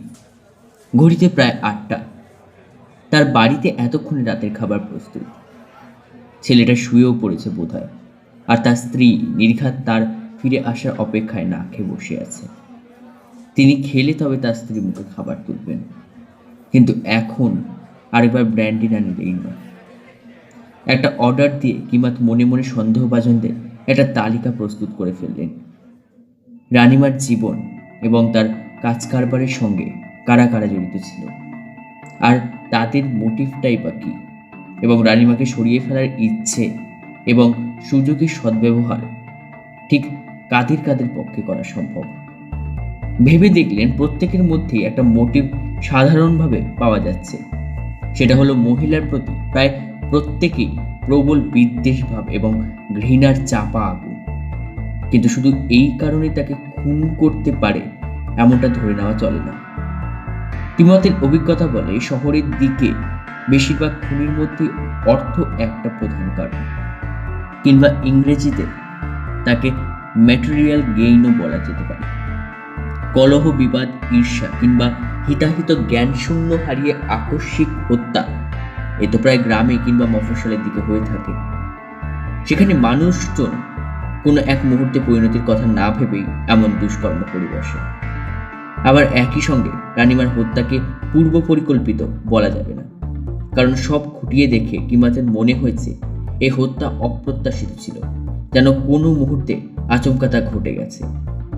হয়তোবা তা তুমুল বিবাদের নির্মম পরিণতি, হয়তোবা খুনির মাথায় সে সময় রক্ত চড়ে গেছিল, কিংবা খুনি এমন কোনো আগন্তুক বা চোর যে রানিমার গোপন সম্বন্ধে কথা জেনে গেছিল।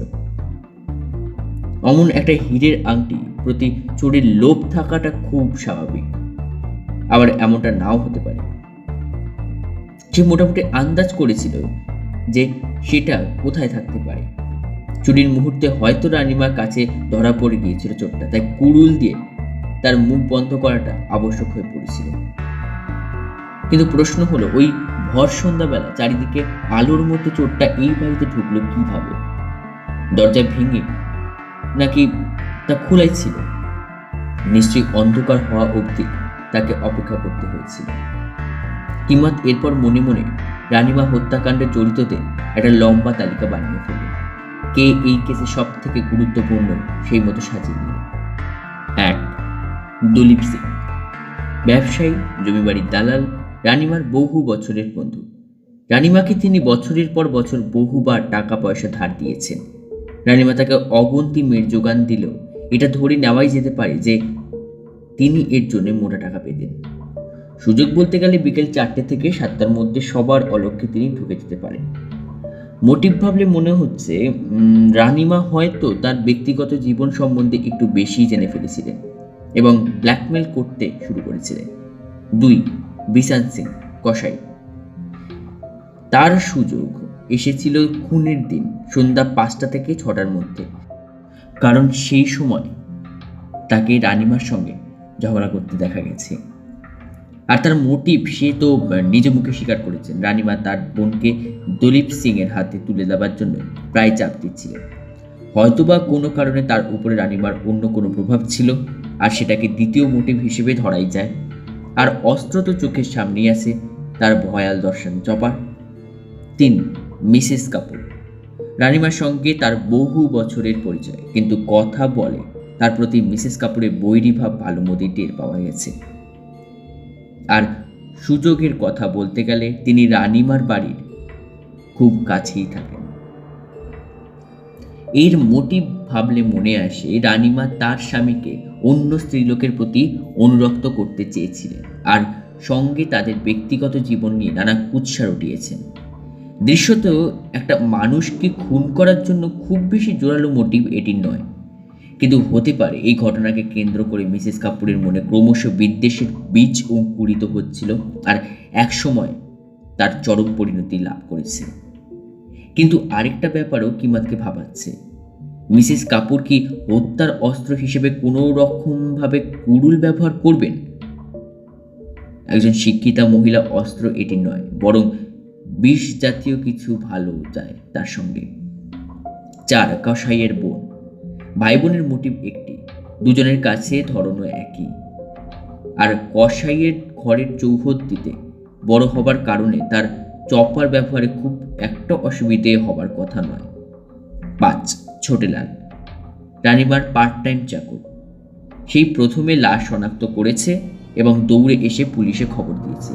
এর অর্থ একটাই, হয় সে অতীব ধুরন্ধর, পুরোটাই হত্যাকাণ্ড তার সাজানো ষড়যন্ত্র, নয়তো সে একবারই নিষ্পাপ, যেটা কিমাতের মনে হয়, হওয়ার সম্ভাবনাই বেশি।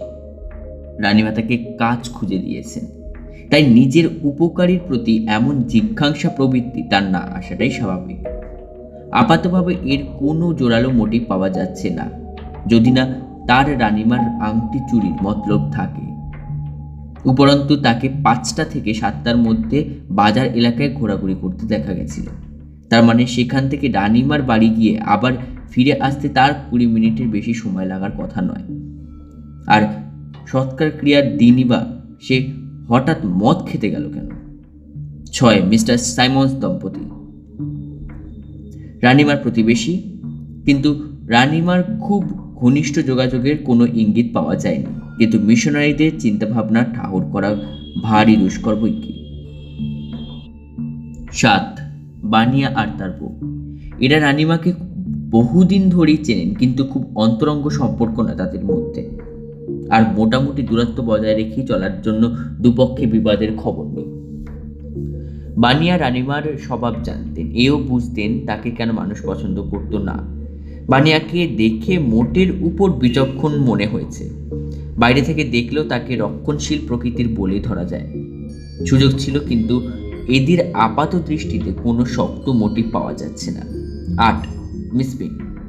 বয়স 84 হলেও কুঠার চালানোর জন্য যথেষ্ট শক্তি ধরেন। তিনি দ্ব্যর্থহীন। ভাষা জানিয়ে দিয়েছেন একসময় রানিমা তাকে ঠকিয়েছেন, তাই তিনি অন্তর থেকে তাকে ঘৃণা করেন। হিসেব মতো হত্যাকাণ্ডের সময় তিনি রানিমার বাড়ির আশেপাশেই ছিলেন। কিন্তু এও তো ঠিক যে রানিমা হত্যা করা হলেও তিনি সেটা অনেক আগেই করতে পারতেন, যখন তার মনে অসন্তোষের ভাবটা তাজা ছিল। নাকি সময়ের সঙ্গে সঙ্গে সেটা আরও বেড়েছে? 9 কমলা বানিয়ার মেয়ে। সে প্রথম থেকে কিমাতের থেকে কি যেন লুকোচ্ছে। কিমাতের খুব মনে হচ্ছে এই কমলাই জানে হত্যাকারী আসলে কে, কিন্তু সে খুব ভয় পাচ্ছে। সেটা নিজের জন্য নাকি অন্য কারোর জন্য। কিমাত আনমনে লম্বা একটা দীর্ঘশ্বাস ছাড়লেন। তারপর মদের গ্লাসটা এক চুমুকে শেষ করে টেবিলের উপর ঠুক করে রাখলেন।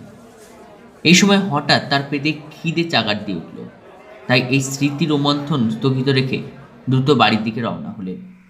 রাতে পালং শাক, পেঁয়াজকলি দিয়ে কষা খাসির মাংস আর তার প্রিয় মুসুর ডাল দিয়ে ভোজন সেরে কিমাতলাল বিছানায় টান টান হলেন।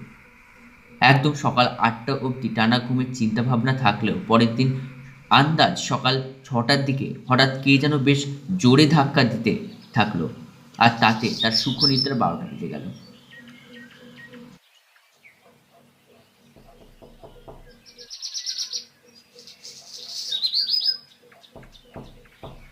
বলেই মিসেস লাল বিছানা ছেড়ে উঠে বেডশিটের দিকে হাত বাড়ালেন। না না, দাঁড়াও। বলে কিমাতলাল তার বিশাল বপু প্রবল অনিচ্ছায় বিছানার চাদরের মধ্যে থেকে বের করলেন। ঠিক যেন একটা সিন্ধুকোটো প্রবল হতাশার সমুদ্রের জল তোলপাড় করে মাথা তুলল। এবার হাতড়ে হাতড়ে ম্যাট্রেসের নিচে রাখা রিভলভারের খাপটা টেনে নিয়ে এগিয়ে চললেন দরজার দিকে। তখনও দরজায় দুমদুম করে শব্দ থামেনি, সঙ্গে তারস্বরে চিৎকার। দরজা খুলে তিনি দেখলেন সামনে দাঁড়িয়ে কনস্টেবল সান্ত্রাম, আর তার সান্ত্রাম দেখল তার সামনে তাক করা কিমাতলালের চকচকে রিভলভার। ও তুমি?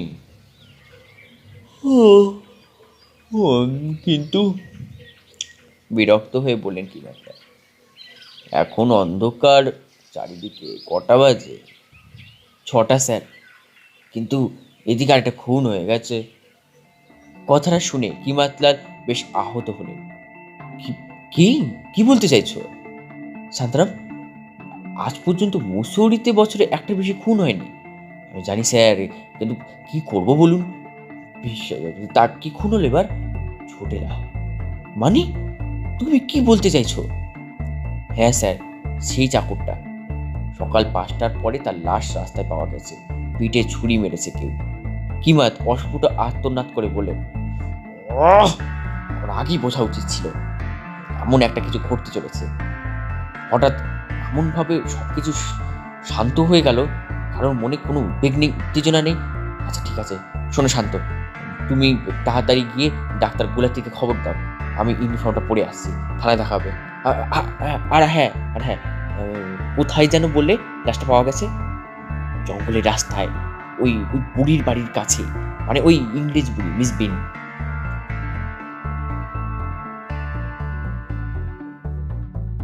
আধ ঘন্টা কেটে গিয়েছে। ইন্সপেক্টর কিমাতলা, ডাক্তার গুলাটি, শান্তরাম আর একজন ফটোগ্রাফার হাত পা ছড়িয়ে পড়ে থাকা ছোটেলালের লাশের পাশে দাঁড়িয়ে সেটা খুঁটিয়ে দেখছে। সূর্য তখনও ওঠেনি। অন্ধকার অরণ্যে চাপা দমবন্ধকর পরিস্থিতি। বিষণ্ণতা ছড়িয়ে আছে চারপাশে। ছোটেলালের পিঠে একটা ছোড়া আমূল বসানো। ছোড়ার হাতুড়ে তিব্বতী কারুকাজ। এমন ছোড়া মুসৌরিতে প্রায়শই দেখা যায়। ছোটের বা পিঠে বিদ্ধ রয়েছে সেটি। ছোটেলালের গলায়, হাতে ক্ষত দেখা যাচ্ছে। ভোরের শিশিরের সঙ্গে তাজা রক্ত মিশে তার জামা ভিজে চুপচুপে হয়ে আছে। অনেকক্ষণ আগেই মারা গেছে। দ্রুত পরীক্ষা করে বললেন ডাক্তার গুলাটি। নির্ঘাত গত রাতেই খুন হয়েছে। কিমাত বললেন। ততক্ষণে তিনি ছোটেলালের উপর ঝুঁকে পড়ে তার পকেটে হাত ঢুকিয়ে দিয়েছেন। দেখা গেল কিছু খুচরো ছাড়া আর কিচ্ছু নেই। কিন্তু যখন তাকে উল্টে চিৎ করানো হলো, দেখা গেল নরম মাটিতে কিছু একটা গেঁথে আছে। তিনি বস্তুটিকে নিয়ে সদ্য উদ্ভাসিত দিগন্তে তুলে ধরলেন। একটি সোনার আংটি, মাঝে আশ্চর্য সুন্দর নীল পদ্মরাগমণি, আর তার চারিদিকে 4টে ছোট ছোট হিরে বসানো। দেখে মনে হচ্ছে খুব দামি আংটি। ডাক্তারবাবু বললেন। হ্যাঁ, এর দাম অনেক। খুব ভুল না করলেও এটাই রানীমার সেই আংটি। কি মনে হয় ও এটা চুরি করেছিল কেন? তবে কেন? ডাক্তারবাবু টেনে টেনে এমনভাবে কথাগুলি বলছিলেন যেন তিনি নিজেও এ বিষয়ে ধন্দে পড়ে গেছেন। আমি কিছুই বুঝতে পারছি না। যদি ছোটে রানীমাকে মেরে আংটিটা নিয়েই থাকে, তবে সে খুন হলো না কেন? সে কি সত্যি আংটিটা নিয়েছিল? যদি নিয়েই থাকে, তবে কেন সে সেটা লুকিয়ে রাখেনি বা অন্য বন্দোবস্ত করেনি? রানীমার খুনের পরে যখন তাকে সার্চ করলাম, তখনও কোনো আংটি মেলেনি। আর দেখে মনে হচ্ছে এখন সে জামার পকেট ওটা লুকিয়ে রেখেছিল। হাস্যকর। আমার মাথায় দুটো সম্ভাবনার কথা ঘুরছে। হয় ছোটেলালের খুনির পকেট থেকে অসাবধানতাবশত ওটা পড়ে গেছে, নয়তো খুনি আংটিটা ইচ্ছে করেই ফেলে গেছে, যাতে মনে হয় আক্রমণটা বখরা নিয়ে ঝামেলার জন্যই বেরিয়েছিল। মহা দ্বন্দ্বে পড়ে গেল দেখছি। নতুবা রানীমার খুন করেছে কে, এটা ছোটেলাল জানতো। হয়তো আমাদের সে কিছু বলবে ঠিক করেছিল। হতে পারে সে এটা নিয়ে ব্ল্যাকমেলিং শুরু করেছিল। এটা হওয়ার চান্স আছে। রানীমা খুনি ছোটের মুখ চিরকাল বন্ধ করতে দিতে চেয়েছিলেন, আর ছোটের পাশে আংটিটা ফেলে গেছে যাতে পুরো ব্যাপারটা ঘেটে যায়। আমার মনে হয় রানীমা ওই আংটির জন্য খুন হয়েছে, কিন্তু কেউ আমাদের সেটাই বিশ্বাস করাতে চাইছে।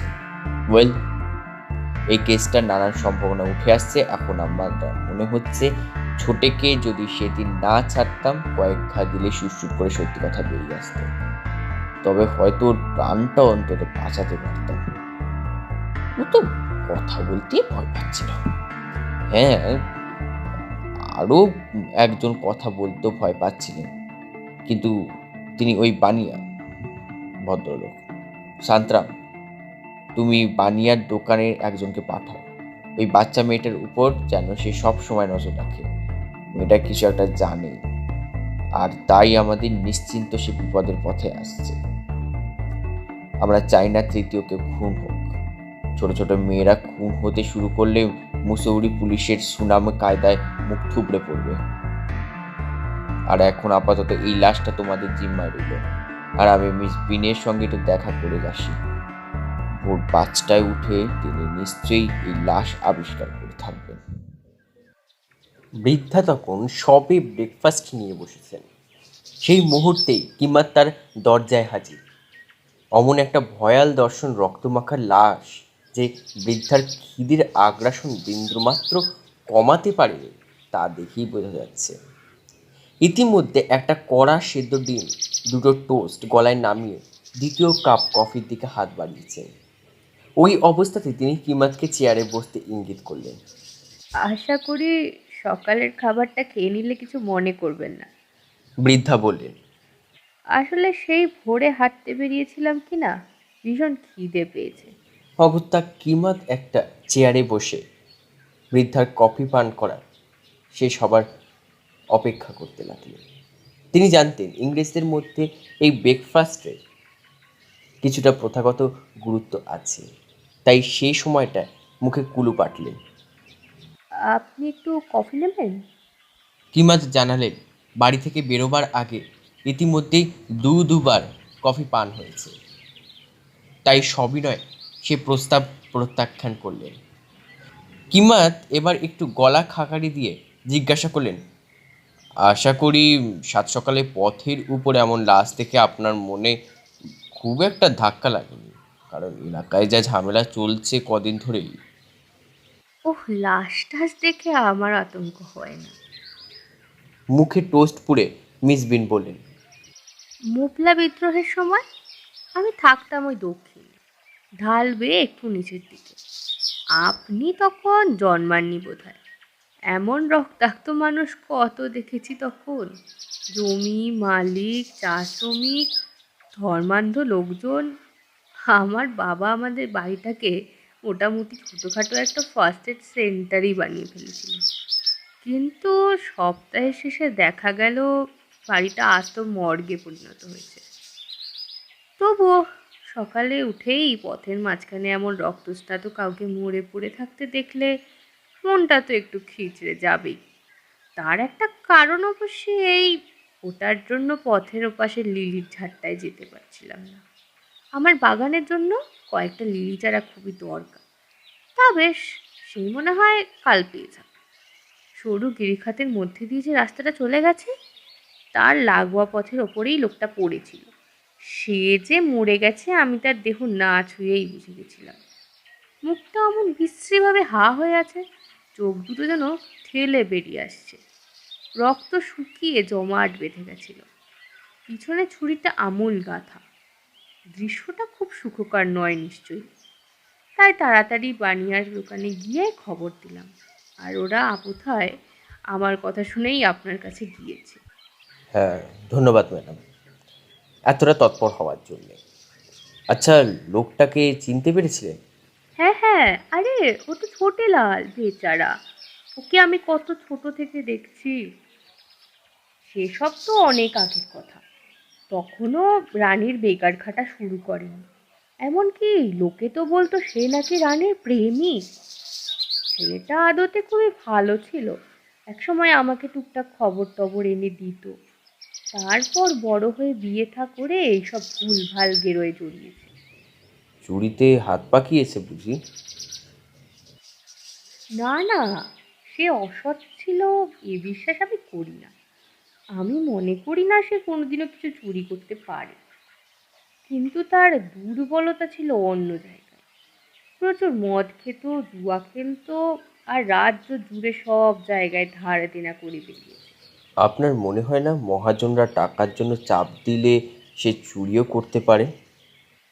আমি মনে করি মানুষ বিপদে পড়লে যা খুশি তাই করতে পারে, মরিয়া হয়ে ওঠে। খুন করাটাও অস্বাভাবিক কিছু নয়। কিন্তু ছোটের চুরি করার মানসিকতা ছিল না, বরং রানীর ওই স্বভাবটা ছিল। আর কি, মিস বিনকে করার মতন আর কোনো প্রশ্ন ছিল না কিমাতের কাছে। যদি মর্নিং ওয়াকের সময় বৃদ্ধা কিছু দেখেও থাকতে, তবে সেগুলি খুব কাজে দিত না, কারণ ছোটে তার অনেকক্ষণ আগেই মারা গেছিল। ছোটের মৃত্যুতে কিমাতের সন্দেহভাজন লিস্টটা হয়তো একটু ছোট হলো, অথবা এও কি সম্ভব যে দুটি খুনের মধ্যে সম্ভাব্য কোনো যোগাযোগই নেই। এরপর যদি আরেকটি খুন হয়ে যায় কোনোভাবে, তবে কিমাতের রেজিগনেশন লেটার রেডি রাখা ছাড়া আর উপায় থাকবে না। তাই এখন আর সময় নষ্ট করবেন না।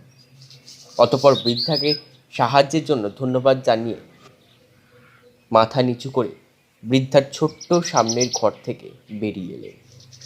এবার গন্তব্য চড়াইতে উঠে বানিয়ার দোকান। কমলা তখন বাজারে এসেছিল, সেখান থেকেই বাড়ি ফিরছিল বোধহয়, তাই পথেই দেখা হলো। কমলা, একটু শোন, কিমাত ডাক দিল, তোর সঙ্গে কিছু কথা আছে। মেয়েটা একটু অনিচ্ছা সহকারেই এগিয়ে এলো। তার মুখের ভাব যে কোনো সম্ভাব্য খুনির চেয়ে অনেক বেশি ভয়াবহ। কিমাত তা দেখে অত্যন্ত অবাক হয়ে গেল। তার উপস্থিতি কি বাচ্চাটির কাছে এতটাই উদ্বেগের কারণ হয়ে উঠতে পারে? শোন কমলা, তিনি বললেন, তুই কি জানিস গত রাত্রে ছোটেলাল খুন হয়েছে? শুনেই সে দ্রুত একবারে কিমাতের দিকে তাকালো। তার চোখ মুখে তখন ত্রস্ত ভাব ফুটে উঠেছে। তোর কি মনে হয় কে খুন করেছে ছোটেকে? আরে বল, অত ভাবিস না, আমাকে বা পুলিশকে ভয় পাওয়ার কিছু নেই। সে সজোরে মাথা নাড়তে থাকলো। মানে একটাই, সে জানে না। আর কালো কালো বড় বড় চোখ দুটির অনুরোধ উপেক্ষা করা কিমাতের পক্ষে সম্ভব ছিল না। তার ছোট্ট বুক দেখে মনে হয় হাসলে তাকে বড় মিষ্টি দেখাবে। আচ্ছা ঠিক আছে, কিমাত বললেন, তুই তো এটা জানিস যে ছোটে লাল রানিমার চাকর ছিল, আর তুই রানিমার মৃত্যু সম্বন্ধেও এমন কিছু জানিস যা আমার থেকে লুকিয়ে যাচ্ছিস। বেশ, তুই না চাইলে তো আমি তোকে জোর তো করতে পারি না সেগুলি বলতে, কিন্তু এর ফল মারাত্মক হতে পারে। দেখ, তুই এখন খুবই ছোট, তাই আমার কাছ থেকে যাই আড়াল করিস না কেন, তার জন্য কিন্তু তোর বিপদ হতে পারে। কারণ যে মানুষটা রানিমাকে মেরেছে, সেই মানুষটা যদি ছোটেকেও মেরে থাকে, তবে সেই মানুষটা এখন বেপরোয়া হয়ে উঠবে। তার কুকর্মের প্রত্যক্ষদর্শীকে সে বাঁচিয়ে রাখতে চাইবে না। তুই কি বুঝতে পারছিস আমি কি বলছি? তুই কি তোর নিজের বিপদটা টের পাচ্ছিস না? এত সব শুনে মেয়েটা শুধু কিমাতের দিকে অবাক মুখে বড় বড় চোখ করে তাকিয়ে রইল। আর চোখে ভয়ের চিহ্ন মাত্র নেই, বরং বোঝা গেল সে একটু দ্বিধার মধ্যে আছে। কারণ তার ঠোঁট দুটো সামান্য ফাঁক হলো। মনে হলো হয়তো বা কিছু বলতে চায় সে। এই সময় কিমাতের মনে হলো তার হাত স্নায়বিক উত্তেজনায় অসাড় হয়ে আসছে। তখন সব আশা জলে দিয়ে মেয়েটা মুখ বন্ধ করলো এবং মাথা নাড়তে শুরু করলো। তার মানে তোর আমাকে কিছুই বলার নেই? তাহলে আর কি, তোকে সাবধান করা ছাড়া আমার হাতে কোনো উপায় রইল না, কিমাতলাল আন্তরিক স্বরে বলল। কিন্তু অবশ্যই তোকে এটা বুঝতে হবে। আর ঠিক তারপরে মেয়েটার প্রতিক্রিয়া পরীক্ষা করার উদ্দেশ্যে হঠাৎ প্রশ্ন ছিল, আচ্ছা, কসাই কি খুনি? উত্তর দেবার আগে কমলা কিছুটা থামল, হয়তো সেটা প্রশ্নের আকস্মিকতা। শেষমেশ সে বলল, আমি জানি না। তাহলে কি মিস্টার দলীপ সিং? এবার সে ভ্রুটা ঈষৎ তুলে পাল্টা জিজ্ঞেস করলো, মিস্টার দিলীপ সিংকে? কোনো ব্যাপার না, তবে ছোটেলাল নয় তো? আমি জানি না। এবার তার গলায় কঠোর আত্মবিশ্বাসের সুর। মিস্টার কাপুর কি? এবার সে থামল, প্রশ্নটা ভালো করে শুনল, তারপর খুব ধীরে ধীরে উত্তর দিল, আমি জানি না। কিংবা পরের প্রশ্ন ছোড়ার আগে এক মুহূর্ত ভাবলেন, আচ্ছা, তবে মিশনারিরা? কমলার না জানার ভঙ্গিতে ঘাড় ঝাঁকালো। আচ্ছা, ওই বৃদ্ধা নয় তো, মানে মিস বিন? মেয়েটা এবার মুখ টিপে হাসলো। কিমাত লক্ষ্য করে বুঝলেন এই হাসি বিদ্রুপের হাসি, ঠিক যেন সার্কাসের নিকৃষ্ট মানে কোনো জোকার তার বিশ্রী অভিনয় দিয়ে অনেকক্ষণ ধরে লোক হাসানোর ব্যর্থ চেষ্টা করে চলেছে। শেষ প্রশ্নটা করে কিমাত নিজেকেই মনে মনে আচ্ছা করে গালি দিলেন। মেয়েটা আর তাকে খুব একটা গুরুত্ব দিচ্ছে না বোধহয়। মুখ ঘুরিয়ে তখন হাঁটা দিয়েছে। পথের উপরে কমলার দৌড়ে যাওয়ার আওয়াজ পেলেন কিমাত। পরক্ষণেই পথের বাঁকে হারিয়ে গেল সে। কিমাত চোখ তুলে সামনের পাহাড়ের দিকে চাইলেন। অদূরে সেই পাহাড়ে গায়ে ঘাসের জমিতে তার এক কনস্টেবল ঘাসুরে সেজে অপটুহারে ঘাস কেটে চলেছে। এটা দেখে তিনি বেশ নিশ্চিন্ত বোধ করলেন। তবে অন্তত এই মুহূর্তে মেয়েটা নিরাপদে আছে। বাকি সকালটা কিমাত অস্থিরভাবে পায়চারি করেই কাটিয়ে দিলেন। কিছুটা সময় রানিমার বাড়ির আশেপাশে ঘুরে বেরিয়েছেন তিনি। মিসেস কাপুরকে দেখলেন তার বাড়ির পেছনের দিকটায় বাগানের গাছপালায় জল দিচ্ছেন। তিনি একবার কিমাতের দিকে তাকালেন, হয়তো ভাবলেন ইন্সপেক্টর এগিয়ে এসে কথাবার্তা বলবেন, তাকে আবার জিজ্ঞাসাবাদ করবেন, কিন্তু কিমাতের কাছে আর কোনো অন্য প্রশ্ন অবশিষ্ট ছিল না, কিংবা যাও ছিল তার উত্তর মিসেস কাপুরের কাছে নেই, তিনি নিশ্চিত। রডোডেন্ড্রনের গাছগুলিতে ফুল ধরেছে, কিছু কিছু ফলের গাছে সবুজ নরম পাতা বেরিয়েছে। মেপল গাছের পাতাগুলি দেখে মনে হলো গাছ যেন আগুন লেগেছে। মিসেস সাইমন্স কিমাতকে দেখে হাত নাড়লেন, প্রত্যুত্তরে কিমাতেও হাত নাড়লেন। মুসৌরির পরিবেশ এখন অনুকূল। এই পরিবেশে মানুষকে কুঠার নিয়ে নির্মমভাবে হত্যার চিন্তা করাও দুরূহ। একদল খচ্চর পিঠভর্তি বোচকা নিয়ে রাস্তা দিয়ে এগিয়ে আসছিল। সংঘর্ষ এড়াতে কিমাত রাস্তার এক পাশে সরে এলেন, কিন্তু একটা খচ্চরের সঙ্গে তার কোটের আস্তিনের গুঁতো লাগলে ভারসাম্য হারিয়ে হোঁচটকে কিমাতলাল পড়লেন বৃষ্টির জলে পুষ্ট একটি নর্দমায় পড়ে থাকা অবস্থাতে তিনি খচ্চর পালকের উদ্দেশ্যে আচ্ছাসে গালিয়ে দিলেন। এমন সংকীর্ণ পাহাড়ি রাস্তায় মান সম্মান নিয়ে টানাটানি পড়ে যায় আর কি। তিনি রানিমার বাড়িতে পৌঁছে সে বাড়ির গেটে দাঁড়িয়ে রইলেন কিছুক্ষণ। ভাবছিলেন ভেতরে গিয়ে কি আদেও কোনো কাজ হবে। জায়গাটায় একবার তল্লাশি করা হয়েছে, কিন্তু তিনি ভালো করেই জানেন সরকারি খানা তল্লাশিতে যত নিখুঁতভাবেই হোক না কেন এমন কিছু জিনিস অলক্ষ্যে থেকে যায় যা সাধারণভাবে নিতান্তই তুচ্ছ মনে করে উপেক্ষা করা হয়। অপরাধ সংগঠনের স্থান, তার গন্ধ, চরিত্র, সে স্থানের খুঁটিনাটি জিনিসপত্র কিভাবে সাজানো আছে, বাড়ির সদস্যদের জীবনযাত্রা, বাড়ির কেউ মারা গেলেও তার ব্যক্তিসত্তার চিহ্ন সারা বাড়ি জুড়ে ছড়িয়ে আছে। সেখানে সে জন্মান্তেই বাস করেছে। কিন্তু যেহেতু কিমাত এর আগে কোনোদিনও একা রানিমার বাড়িতে আসেননি, আর তাই খুঁটিয়ে খুঁটিয়ে এ বাড়ির পরিবেশ পর্যবেক্ষণের সুযোগ পাননি। তিনি ভালো করেই জানেন যে তদন্তের স্বার্থে এটা তার আগেই করা উচিত ছিল, কারণ রানিমার মৃত্যু রহস্য লুকিয়ে আছে তার জীবনকালের মধ্যে। আসলে একসময় শিকারী নিজেই শিকার বনে গেছে। কিমাত ভাবলেন তিনি যদি রানিমাকে একটু ব্যক্তিগতভাবে জানতেন, নিশ্চয়ই বাকি অনেকের মতোই তাকে ঘৃণা করতে পারতেন। তবে তার হত্যার পেছনে জমাট বেঁধে থাকা রহস্যের সমাধান হয়তো অনেক আগেই তিনি করে ফেলতেন। আচ্ছা, তিনি কি সত্যি তাকে ঘৃণা করতেন? পছন্দও তো করতে পারতেন। কিমাত মাঝে মধ্যে এমন আনকোড়া মানুষকে কেন্দ্র করে কল্পনার জাল বিস্তার করতে ভালোবাসেন। কিমাত রানিমার বাড়ির গেটটা একটু ঠেললেই ক্যাচ ক্যাচ শব্দ করে সেটা খুলে গেল। সামনের দরজার চাবিটা তার পকেটেই আছে, তাই দরজা খুলে ভেতরে এলেন কিমাতলাল। ঘরময় একটা স্যাঁতস্যাঁতে গন্ধ ছড়িয়ে আছে। টেবিল চেয়ারে ধুলোর আস্তরণ পড়েছে, খাটটা খালি পড়ে আছে, বিছানার চাদরটা নেই। রানিমার ঘরে মোটামুটি যা ব্যক্তিগত জিনিসপত্র ছিল সবই গত সন্ধ্যায় রানিমার ভাই এসে নিয়ে গেছেন। বলতে গেলে সেই ঘরে প্রায় কিছুই আর পড়েনি যা কিমাতের তদন্তে কাজে লাগতে পারে। কিন্তু তিনি যত ভাবছেন ততই অবাক হচ্ছেন যে বাকি পৃথিবীর সঙ্গে ঝগড়া বিবাদ লাগিয়ে এমন একটা অন্ধকার জনশূন্য প্রতিধ্বনিময় ঘরে একজন মহিলা কিভাবে বাস করতে পারে, তার উপরে এমন অনিশ্চিন্ত ফন্দি ফিকিরে ব্যবসা।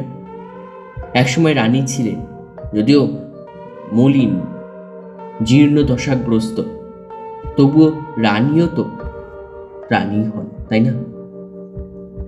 কত লোক ছিল হুকুম পেলে কাজ করে দেবার, প্রয়োজন হলে সারি সারি লোক এসে হাজির হতো। নিশ্চয়ই মহিলা এককালে আকর্ষণীয় ছিলেন। সাধারণত দারিদ্র মানুষের সম্মান কেড়ে নেয়, তাচ্ছিল্যের পাত্রে পরিণত করে। উপেক্ষা চোটে ক্ষণে ক্ষণে, কিন্তু এবেলা তেমনটি হয়নি তা বলাই বাহুল্য। তার প্রত্যাখ্যানের মধ্যেও একটা অদ্ভুত জোর ছিল। লোকজনের উপর সহজেই সে প্রভাব খাটাতে পারতেন। বন্ধু বান্ধব প্রতিবেশী যারাই তার সংস্পর্শে এসেছে, এই মুসুরি কথাই ধরা যায়, এর প্রতিটা বিষয়ের উপর ছিল তার প্রায় অদৃশ্য রাজদণ্ডের প্রশ্নহীন আধিপত্য। না, এই বাড়ি থেকে আর কিছুই পাওয়ার নেই। বাড়িটা তেমন কোনো জৌলস নেই। বহুকাল আগেই এর চাকচিক্য হারিয়েছে।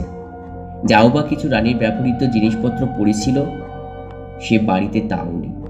তাই তার জীর্ণদশা আরো প্রকট হয়ে দেখা দিয়েছে।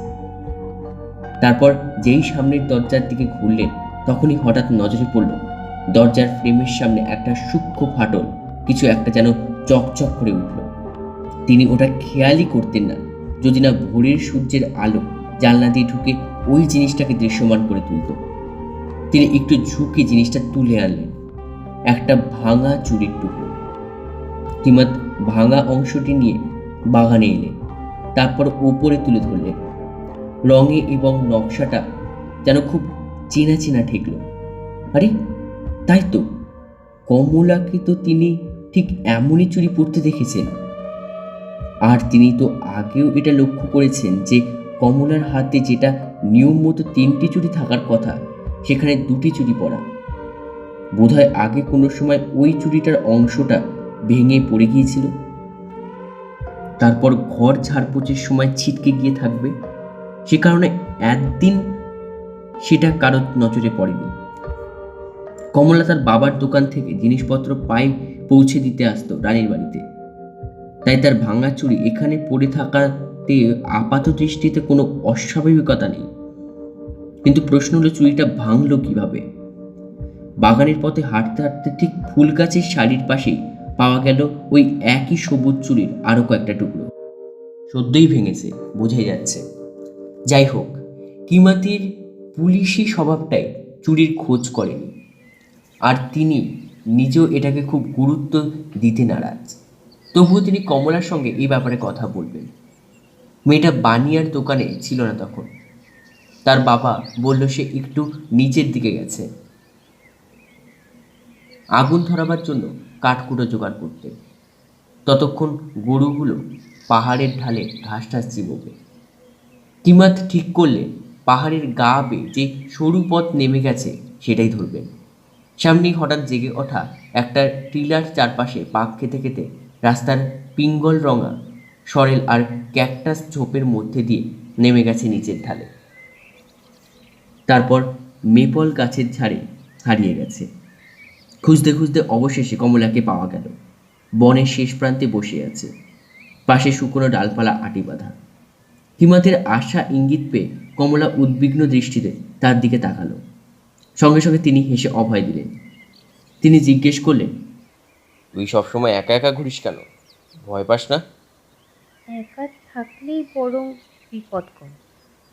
সে উত্তর দিল। এখানে কেউ আসে না। কিমাত দ্রুত তার হাতের চুড়ির দিকে তাকালেন। লক্ষ্য করলেন সে চুড়ির রঙের সঙ্গে সদ্য বাজেয়াপ্ত ভাঙা চুড়ির টুকরোর সঙ্গে মিলে গেল। এবার তিনি পকেট থেকে রঙিন চুড়ির কিছু টুকরো বার করে সামনে তুলে ধরলেন। রানিমার বাড়ি থেকে এগুলো পেলাম রে, তিনি বললেন। ও বাড়িতে থাকার সময় বোধহয় তোর চুড়ি ভেঙে পড়ে গেছিল। তার কথা শেষ হওয়ার সুযোগ দিল না কমলা। তার চোখে তখন ঘনিয়ে এসেছে তীব্র আতঙ্কের ছায়া। হঠাৎ এক লাফে উঠে দাঁড়ালো আর সঙ্গে সঙ্গে মুখ ঘুরিয়ে ফ্রক উড়িয়ে এক ছুটে হারিয়ে গেল বনের মাঝে। কিমাত কিছু বুঝতে না পেরে হতভম্ব হয়ে দাঁড়িয়ে রইলেন কিছুক্ষণ। তিনি মোটেই এ ধরনের প্রতিক্রিয়া আশা করেননি। এই ভাঙা চুরির রহস্যটাই বা কী? তিনিও এবার কমলার পিছু নিলেন। পাহাড়ে গায়ের কার্পেটের মতো পাইপ বনের মধ্যে দিয়ে তিনি ছুট লাগালেন। আজ জানতেই হবে সব। সূচিমুখ বর্ষার মতো দাঁড়িয়ে থাকা পাইপ বনের ভেতর দিয়ে আসতে গিয়ে হঠাৎ যেন মনে হলো ফুপিয়ে ফুপিয়ে কেউ কাঁদছে, যেন কণ্ঠরোধ হয়ে আসছে তার। কান খাড়া করে শুনতে কিমাত বুঝতে পারলেন আওয়াজটা আসতে তার ঠিক বাঁ দিকে তৃণাবৃত ঢিবিটার আড়াল থেকে। একটু এগিয়ে এসেই ঘুরে দেখতে পেলেন মেয়েটাকে। ওপরের ঢিবিতে হেলান দিয়ে তার মুখোমুখি দাঁড়িয়ে আছে, তার হাতে একটা কুড়ুল। এরপর চোখের পলকে ঘটে গেল হাড় হিম করা ঘটনা। যেই মাত্র কমলাকে দেখল কিমাত তাকে দেখতে পেয়ে গেছেন, অমনি সে কুড়ুলটাকে দু হাতে কাঁধের উপর তুলে তীরবেগে ঢালু পথ বরাবর ছুটে আসতে লাগলো। আর এই দৃশ্য দেখে কিমাত লাল আতঙ্কে ও বিস্ময়ে হতবাক হয়ে পাথরের মতো দাঁড়িয়ে রইলেন কিছুক্ষণ। মেয়েটাকে ওভাবে কুড়ুল হাতে ছুটে আসতে দেখে তার মুখ হা হয়ে গেছে। তখন তার আক্রমণের যা গতি, মনে হচ্ছে তাতে অল্প কিছুক্ষণের মধ্যে সে ঠিক কিমাতের সামনে এসে পড়বে। আর হাতে ধরা কুড়ুলের অভিমুখ যা, মনে হচ্ছে তার এক ঘাই কিমাতের খুলি ফেটে চৌচির হয়ে যাবে। কিন্তু এই সময় ঘটল আরেক অভাবনীয় ঘটনা। মেয়েটা কিমাতের থেকে 6 ফুট দূরত্বে এসে পেরেছে। ঠিক তখনই তার হাত থেকে কুড়ুলটা প্রায় শূন্যে উড়ে পাক খেতে খেতে তার দিকে ছুটে আসলো। কুড়ুলটা যেভাবে কালান্তক ভঙ্গিতে ছুটে আসছিল তাতে মনে হচ্ছে সেটা যেন জীবন্ত, যেন নিজে থেকেই কিমাতকে শেষ করে দেওয়ার সংকল্প করেছে। চেহারাখানা অতিকায় হলেও কিমাতলাল এই বেলা দ্রুত সরে গেলেন একপাশে এবং সেই প্রাণঘাতী কুড়ুলটা তার কাঁধ ছুঁয়ে সোজা গিয়ে তার ঠিক পেছনের মেপল গাছের নরম কাঠে বিঁধে দিল। কমলা এবার হাঁটুতে ভর দিয়ে বসে পড়ল, হাউ হাউ করে কেঁদে ফেললো, দু হাতে মুখ ঢেকে। কান্না কিছুতেই থামছে না, একবারে মৃগী রোগীর মতো করছে সে। কিমাতের যেরকম প্রতিক্রিয়া হবার কথা ছিল তেমন কিছুই হলো না। মেজাজ না হারিয়ে বরং তিনি এগিয়ে এসে মেয়েটিকে ধরে থানায় নিয়ে যাওয়ার উদ্যোগ করলেন। মেয়েটার ছোট্ট মাথায় তার হাতে চওড়া পাঞ্জা দিয়ে আলতো করে স্পর্শ করে রওনা দিলেন দুজনে। সম্ভবত ভারতবর্ষের এমনটা হয়েই থাকে, যার হাতে আরেকটু হলেই প্রাণ বেরিয়ে যাচ্ছিল, আকস্মিক তার প্রতি এমন পিতৃসুলভ করুণার উদয় হওয়া। আমায় বল তো কি হয়েছে? কিমাত সুর পাল্টে বললে। ভয় নেই তোর, তোর কিচ্ছু হবে না, আমায় সব খুলে বল। এবার সে মুখ খুলল। মেয়েটা সবিস্তার পুরো ঘটনা বলল। রানীমা নাকি তাকে প্রায় বাড়িতে ডেকে নিয়ে যেতেন, ঘরে বসিয়ে চা মিষ্টি খাওয়াতেন। দলীপ সিংও থাকতো। সেদিনও এমনটাই হলো। কিন্তু দলীপ এসে হঠাৎ তার লোমশ হাত দিয়ে কমলার হাত থাই ছুঁতে আরম্ভ করলো। সে তখনই ছিটকে আসে, কিন্তু দলীপও উঠে গিয়ে তাকে দেওয়ালে ঠেসে ধরল। রানীমা বারবার মেয়েটাকে আশ্বস্ত করার চেষ্টা করলেন যে তার ভয় পাওয়ার কিচ্ছু নেই, দলীপ সিং ভালো করেই তার খেয়াল রাখবেন। কিন্তু কমলা চট করে দলীপের ছড়ানো হাতের ফাঁক গুলে বেরিয়ে এক ছুটে দরজার দিকে চলে গেল। তখন রানীমা দৌড়ে এসে তার কাঁধ চেপে ধরে টানতে টানতে আবার ঘরের মধ্যে টেনে নিয়ে এলেন। এর মধ্যেই কমলার চোখ যায় কোনায় রাখা কুড়ুলটার দিকে। সঙ্গে সঙ্গে সে সেটার দিকে দ্রুত এগিয়ে হাতে তুলে নিল। তারপর দু হাতে সেটিকে মাথার উপর তুলে ধীরে ধীরে এগোতে লাগলো দলীপ সিংয়ের দিকে। এইবার দলীপ বুঝলেন ব্যাপারটা বাড়াবাড়ি হয়ে গিয়েছে, তাই তিনি এক পা দু পা করে পিছিয়ে এসে ঘর থেকে পালানোর চেষ্টা করলেন। কিন্তু রানীমা ছাড়ার পাত্রী নয়। তিনি প্রচণ্ড রেগে বাচ্চা মেয়েটার প্রতি কুৎসিত কদর্য ভাষা প্রয়োগ করে হাত বাড়িয়ে এগিয়ে এলেন তার দিকে।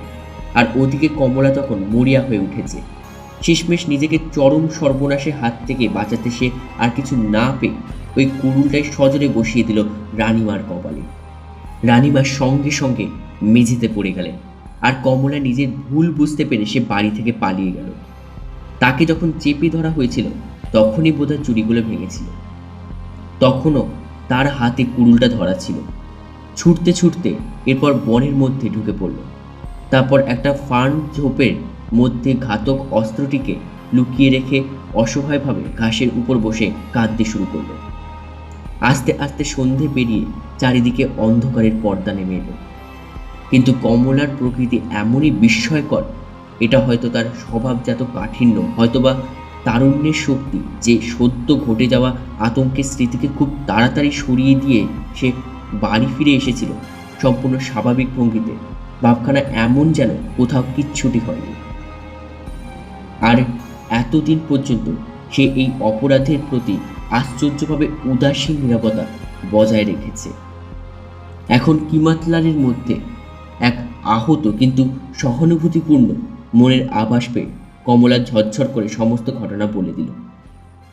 তার হরিণীর মতো চোখে তখন জল চিকচিক করছে। এবার সে কিমাতলালের দিকে মুখ তুলল। বাচ্চা মেয়েটি যেন কিছু বলতে চায়। এখন তুমি কি করবে? সে ফিস ফিস করে বলল।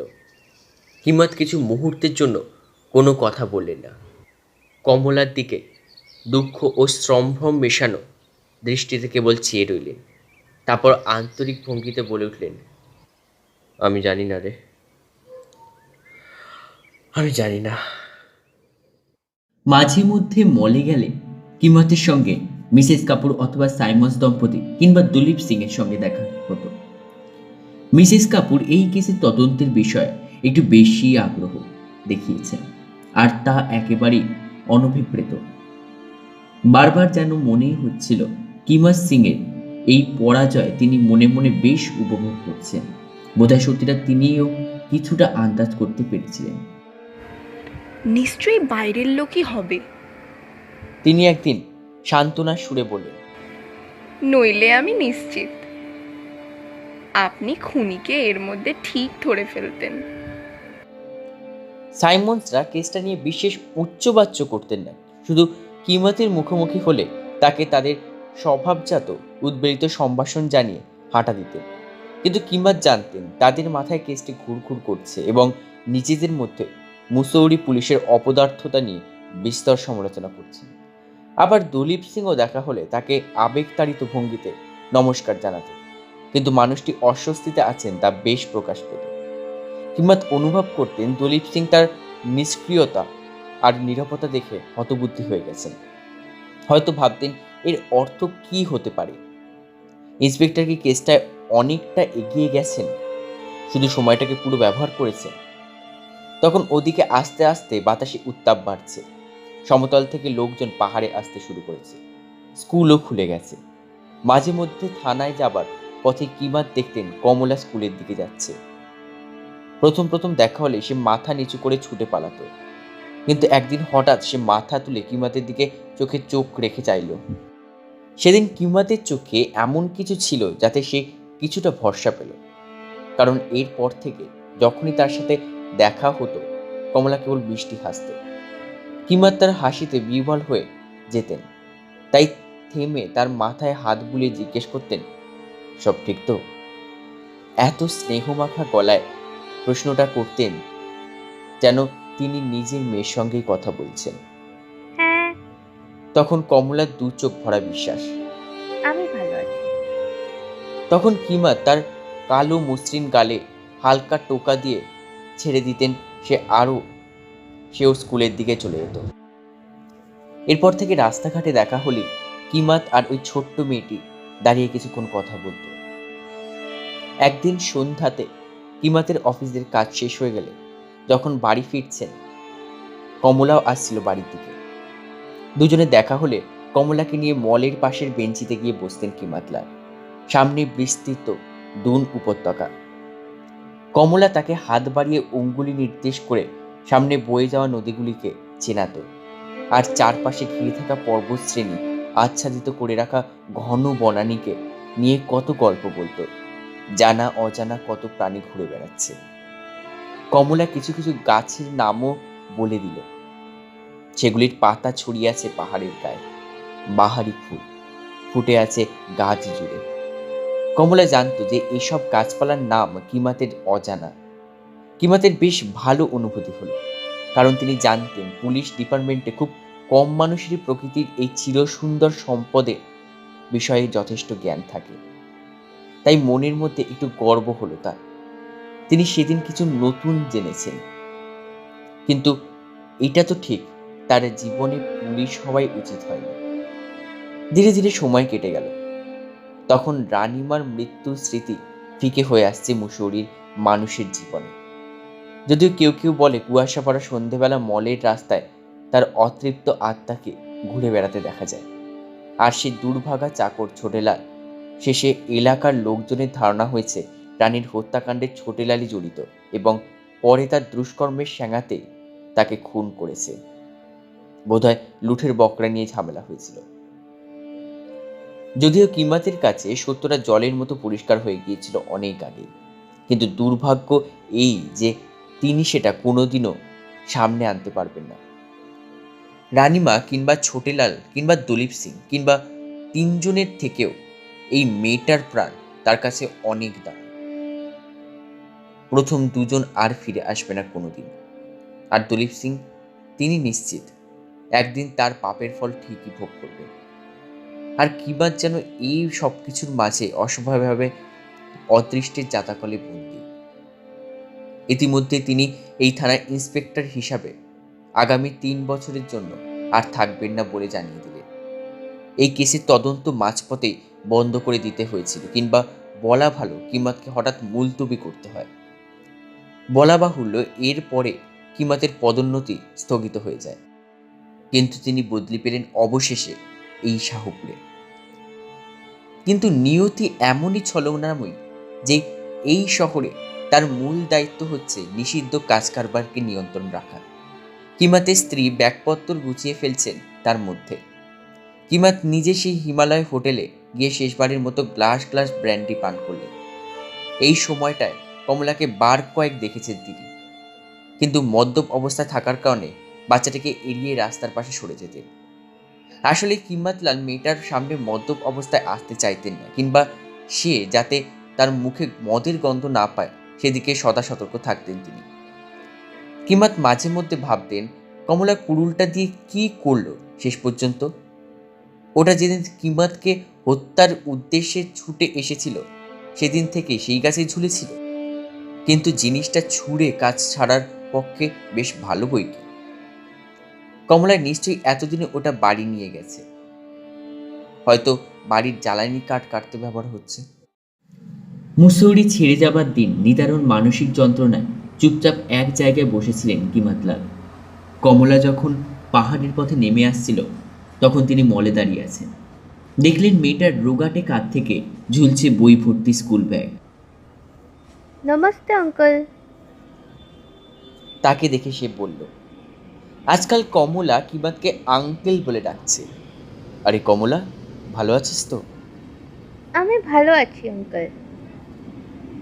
কিমাত শুভাশিস জানানোর ভঙ্গিতে ঘাট দোলালেন, কিন্তু তাকে অল্প ভগ্নন্দম দেখাচ্ছিল। আমি কাল চলে যাচ্ছি। ধীরে ধীরে তিনি বললেন, আমাকে মুসৌরি থেকে চলে যেতে হবে, কিন্তু তুই ভালো থাকিস, চিন্তা করিস না, ভয়ের কিচ্ছু নেই। শুধু দলীপ সিংয়ের থেকে দূরে থাকবি। সে কিছু বলল না, কেবল দূরে পর্বতরাজির মাঝে কোনো একটি স্থান থেকে উৎসাহিত লম্বা ধোয়ার কুণ্ডলীর দিকে স্থির দৃষ্টিতে তাকিয়ে রইল। বনে কি আগুন লেগেছে? কিংবা জিজ্ঞাসা করলে। না, ওটা একটা ট্রেন। সে বলল। তারপর জিজ্ঞাসা করলো, তুমি কি ট্রেনে করে চলে যাচ্ছ? হ্যাঁ। তিনি বললেন। আমি না কোনোদিনও ট্রেনে চড়িনি। কমলা বলল। কিমাত বুঝতে পারলেন না কি বলবেন। যেন হঠাৎ কোনো অজানা কারণে তিনি আর মুসৌরি ছেড়ে যাওয়ার ভাবনাটা আর ভাবতে পারছেন না। তিনি কমলার সঙ্গে একটি গোপন কথা ভাগ করে দিলেন, আর সেই মুহূর্তে বুঝতে পারলেন তিনি কমলার জীবনের খানিকটা অংশ ভাগ করে নিলেন। এই অন্তরঙ্গ অনুভূতি তার কাছে একবারই নতুন। ভেবেই মনটা ফুরফুর হয়ে গেল, আনন্দে ভরে গেল ভেতরটা। মনে হচ্ছে বয়সটা এক ধাক্কায় অনেকটা কমে গিয়েছে। আর যদিও তিনি অতটা বুড়ো হননি এখনো। আমার পুলিশ হওয়াটাই উচিত হয়নি। স্বগতির ঢঙে কথাটা বলে কিমাত মেয়েটার গালে হালকা একটা টোকা দিয়ে দ্রুত বেরিয়ে গেলেন।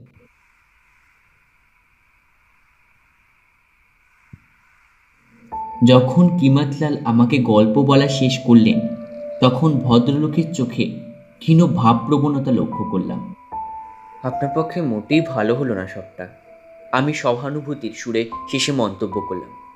না, এই শাহপুরে পড়ে আছি জীবনের কোনো প্রত্যাশা ছাড়াই। কিন্তু আমায় বলো মিস্টার বন্ড, তুমি আমার জায়গায় থাকলে কি করতে?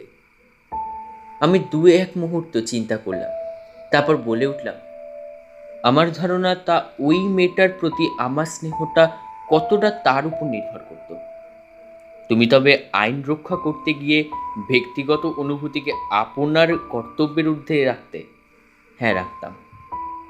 ন্যায় বিচার আইন কানুনের থেকে অনেক বড়। ব্যক্তিগত সম্পর্কের প্রতি কর্তব্য নিষ্ঠা সবার আগে আসে। তা যদি না হয়, আমাদের মানুষ হওয়াই বৃথা। ধ্বংস হয়ে যাব সবাই একদিন। দেখে মনে হলো তিনি আমার দর্শন ও দৃষ্টিভঙ্গির অকপট অভিব্যক্তিতে কিছুটা স্বস্তি পেলেন। তাও আমি যোগ করলাম, এই দলীপ সিং এত সহজে মুক্তি পেয়ে গেলেন, এটাই দুঃখের। না, তিনি সবকিছু থেকে মুক্তি পাননি শেষ পর্যন্ত। আর কদিন বাদে কোনো একটি কনস্ট্রাকশনের কাজে জালিয়াতি করে ফেঁসে গিয়েছিলেন। 420 আইনে বেশ কবছর জেলও খেটেছেন। ওর ব্যবসায় সর্বনাশ হয়ে গিয়েছিল। স্ত্রীও সব দেখে বিরক্ত হয়ে একদিন বাপের বাড়ি চলে গেলেন। এখন সিং বাইরে থাকে, তবে আর সেই মানুষটি নেই। টাকা কড়ির দিক থেকে একরকম সর্বশান্ত হয়ে গিয়েছিলেন কিনা। বিয়ারের বোতলগুলি সবকটা খালি পড়ে আছে। কিমাতলাল উঠে দাঁড়ালেন। এবার তিনি ফিরবেন। আমার দিকে তাকিয়ে শেষবারের মতো বললেন, বুঝলে ভাই, আমার জীবনে পুলিশ হওয়াটাই উচিত হয়নি। এর কিছুদিন বাদে ঠাকুরদার সূত্রে পাওয়া বাড়িটা কেনার জন্য একজন যোগাযোগ করলেন। বাড়িটা কম দামে বেচে দিলাম শেষমেশ। সেই শাহপুর ছেড়ে আসার পর কিমাতলালের আর কোনো খবর পাইনি। তবে আশা করি তিনি এতদিনে প্রমোশন পেয়ে মনের মতন বদলি পেয়েছেন। শেষবেলায় মানতেই হবে, তার মতন সহানুভূতিশীল মানুষের নিশ্চয়ই শাহপুর থেকে অনেক ভালো জায়গা প্রাপ্য ছিল।